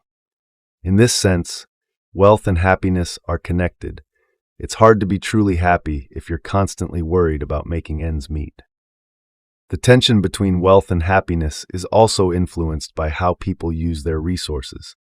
Studies suggest that spending money on experiences, like trips or activities with loved ones, tends to bring more happiness than buying material things. This is because experiences create lasting memories and strengthen connections, while the satisfaction of owning something new often fades over time. Generosity is another way wealth can contribute to happiness. Using money to help others, whether through charity, supporting a friend, or investing in community projects, can create a sense of purpose and fulfillment. For example, someone who donates to a cause they care about might feel happier knowing they've made a positive impact. At the same time, happiness isn't just about external circumstances. It's also about mindset. Gratitude, for example, is a powerful contributor to happiness. Someone who appreciates what they have, regardless of their financial situation, is more likely to feel content. For instance, a person living modestly but grateful for their health, relationships, and experiences might feel happier than someone who is wealthy but constantly focused on what they lack. Wealth and happiness also play different roles in different cultures. In some places, material success is seen as a primary measure of happiness, while in others, community, relationships, or spiritual fulfillment take precedence. These cultural differences show that what makes people happy isn't universal. It depends on values, priorities, and personal perspectives. The relationship between wealth and happiness often comes down to balance. Money can provide the foundation for a happy life by offering security and opportunities, but it's not enough on its own. True happiness comes from a combination of factors, including relationships, purpose, health, and the way we view our lives. For example, a person who earns a comfortable income but spends time with loved ones, pursues meaningful goals, and takes care of their physical and mental health is likely to feel happier than someone who focuses solely on accumulating wealth. Similarly, someone who chooses a simpler lifestyle but prioritizes meaningful experiences and relationships can find deep happiness, even without great financial resources. Ultimately, wealth and happiness are not enemies. They're tools we can use to create a fulfilling life. Wealth provides the means to meet needs and pursue opportunities, while happiness comes from how we live, connect, and find meaning. By focusing on what truly matters and using wealth as a resource rather than a goal in itself, we can create a life that feels both secure and deeply rewarding. The contrast between scarcity and abundance is about how we view resources, opportunities, and life itself.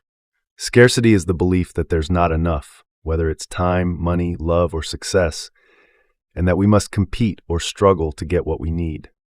Abundance, on the other hand, is the belief that there is plenty to go around and that opportunities and resources are not as limited as they might seem. These two mindsets shape how we approach challenges, relationships, and our overall sense of well-being. Scarcity often creates a sense of urgency or fear. It's the feeling that we're running out of time, money, or opportunities, and that if we don't act quickly, we'll lose out. For example, someone with a scarcity mindset about money might feel constant stress about saving every penny, even when they're financially secure.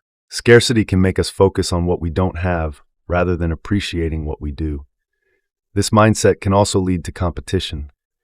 If we believe there's not enough to go around, we may see others as rivals rather than collaborators.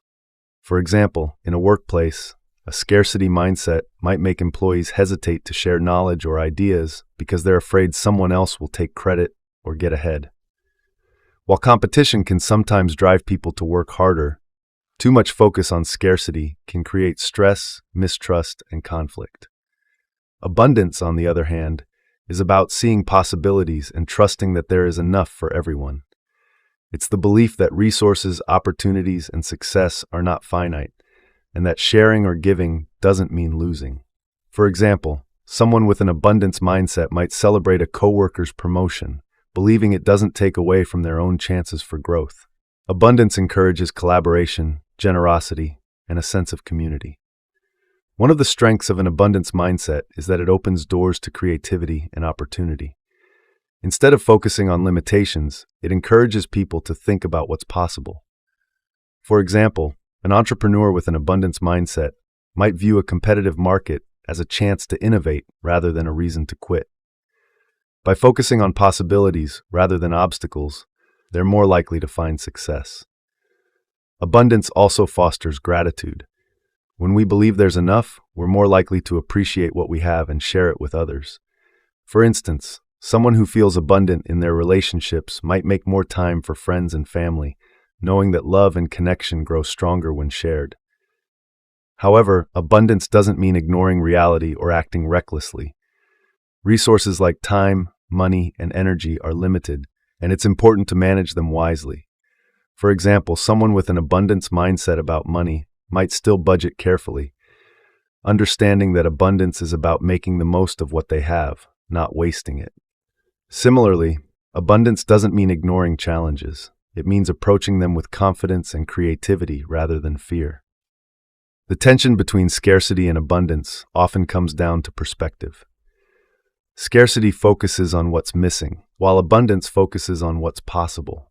For example, if two people are competing for the same job, someone with a scarcity mindset might think, if they get it, I lose. Someone with an abundance mindset might think, if I don't get this job, there will be other opportunities. Scarcity and abundance also affect relationships. A scarcity mindset might make someone feel insecure or possessive, worrying that love or attention is limited. For instance, they might feel jealous if their partner spends time with friends, fearing there won't be enough love left for them. An abundance mindset, on the other hand, trusts that love grows when shared, allowing people to feel more secure and generous in their relationships. In organizations, scarcity and abundance can shape workplace culture. A company with a scarcity mindset might focus only on cutting costs or competing with rivals, leading to stress and burnout. A company with an abundance mindset might invest in employee development, collaboration, and innovation, trusting that these efforts will lead to long-term success. Scarcity and abundance also influence how we think about the world. For example, someone with a scarcity mindset about resources might believe that helping others means there will be less for themselves. Someone with an abundance mindset might focus on sustainable solutions, believing that by working together, we can create enough for everyone.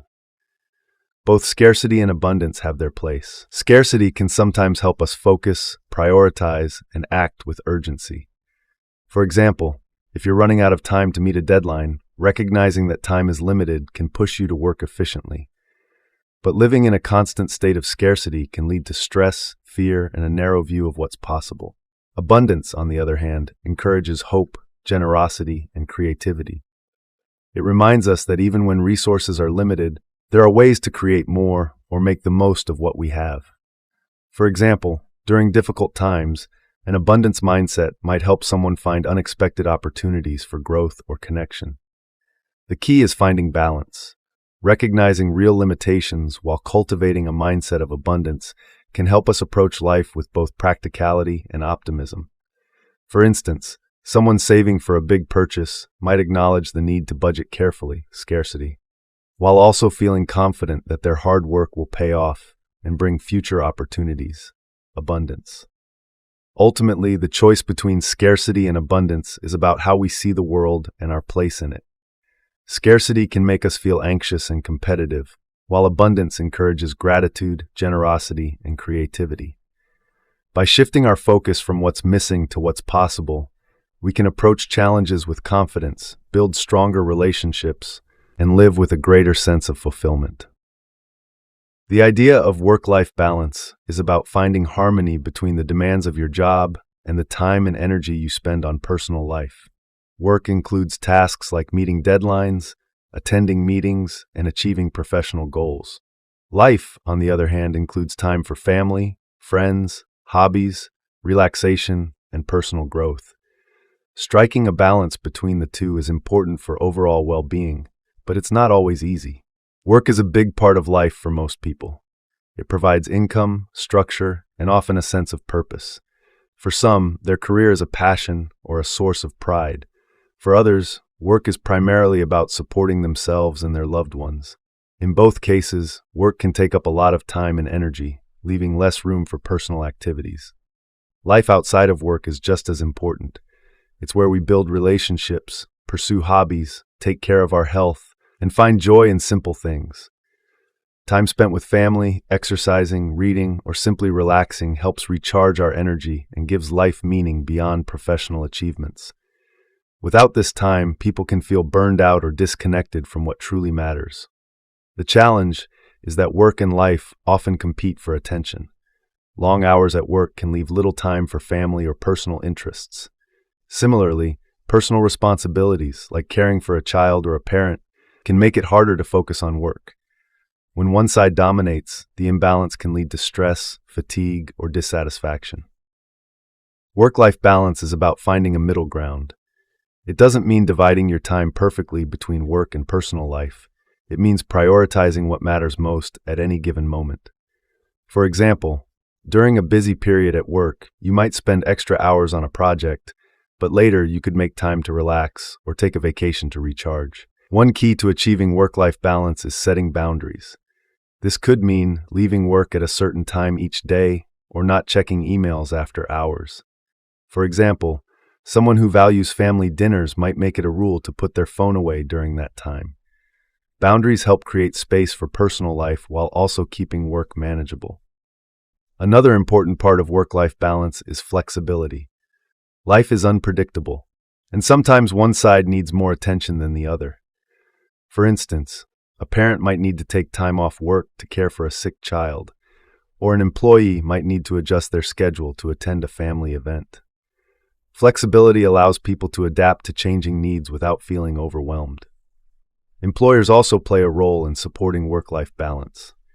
Companies that offer flexible hours, remote work options, or generous leave policies make it easier for employees to balance their responsibilities. For example, a company that allows parents to work from home when needed shows that it values their personal lives as much as their professional contributions. When employees feel supported, they're often more motivated and productive. However, work-life balance isn't just about reducing hours at work. It's also about using time wisely.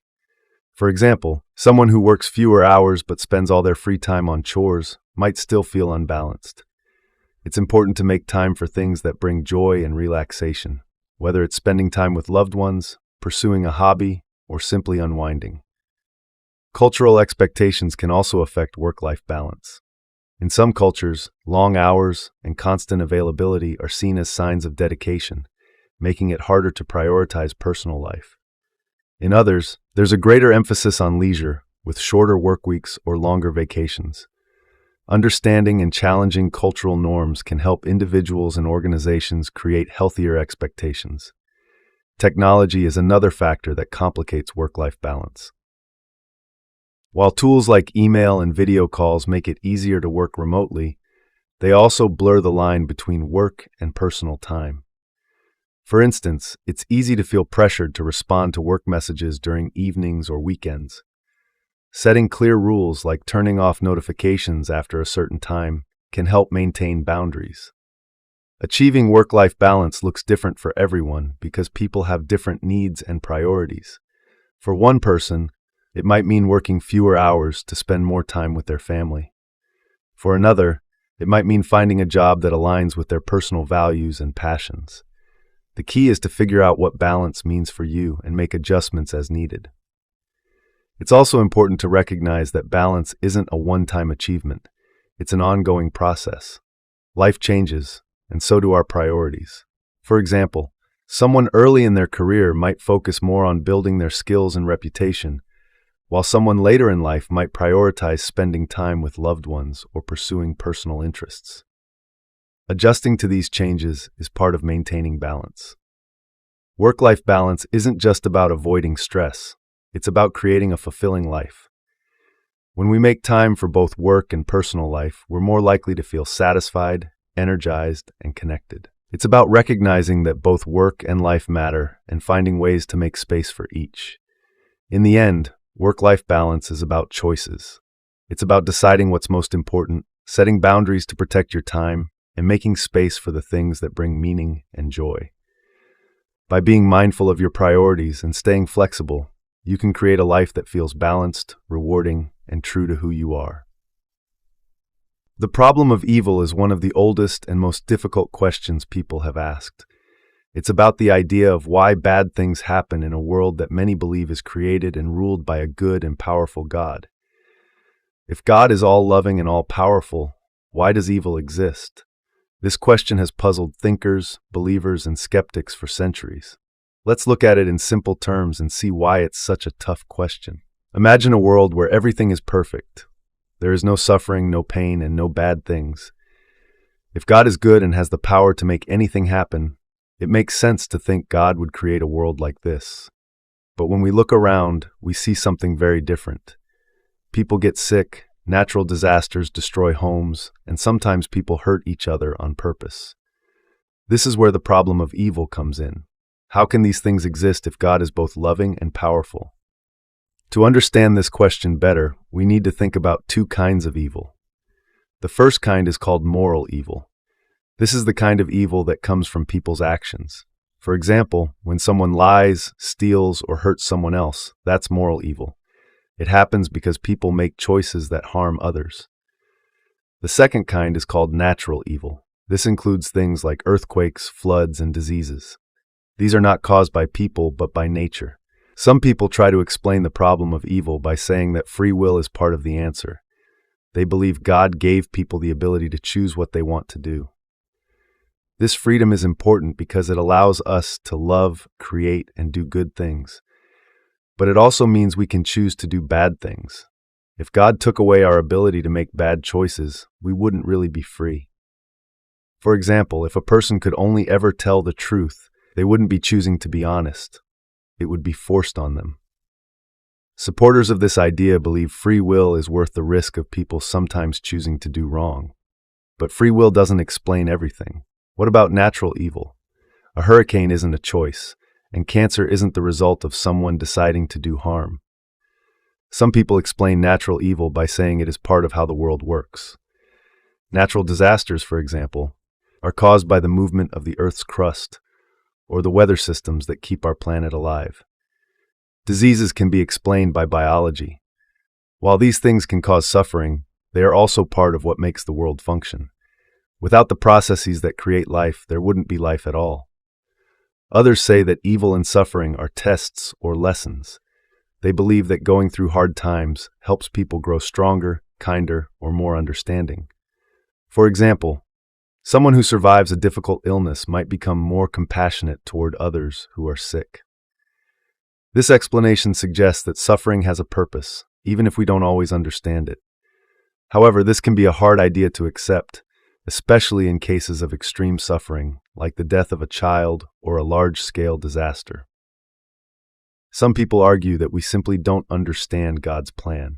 They believe God might have reasons for allowing evil that are beyond what we can know. This is sometimes called the greater good defense. It's like a puzzle where we can only see a few pieces at a time, but God sees the whole picture.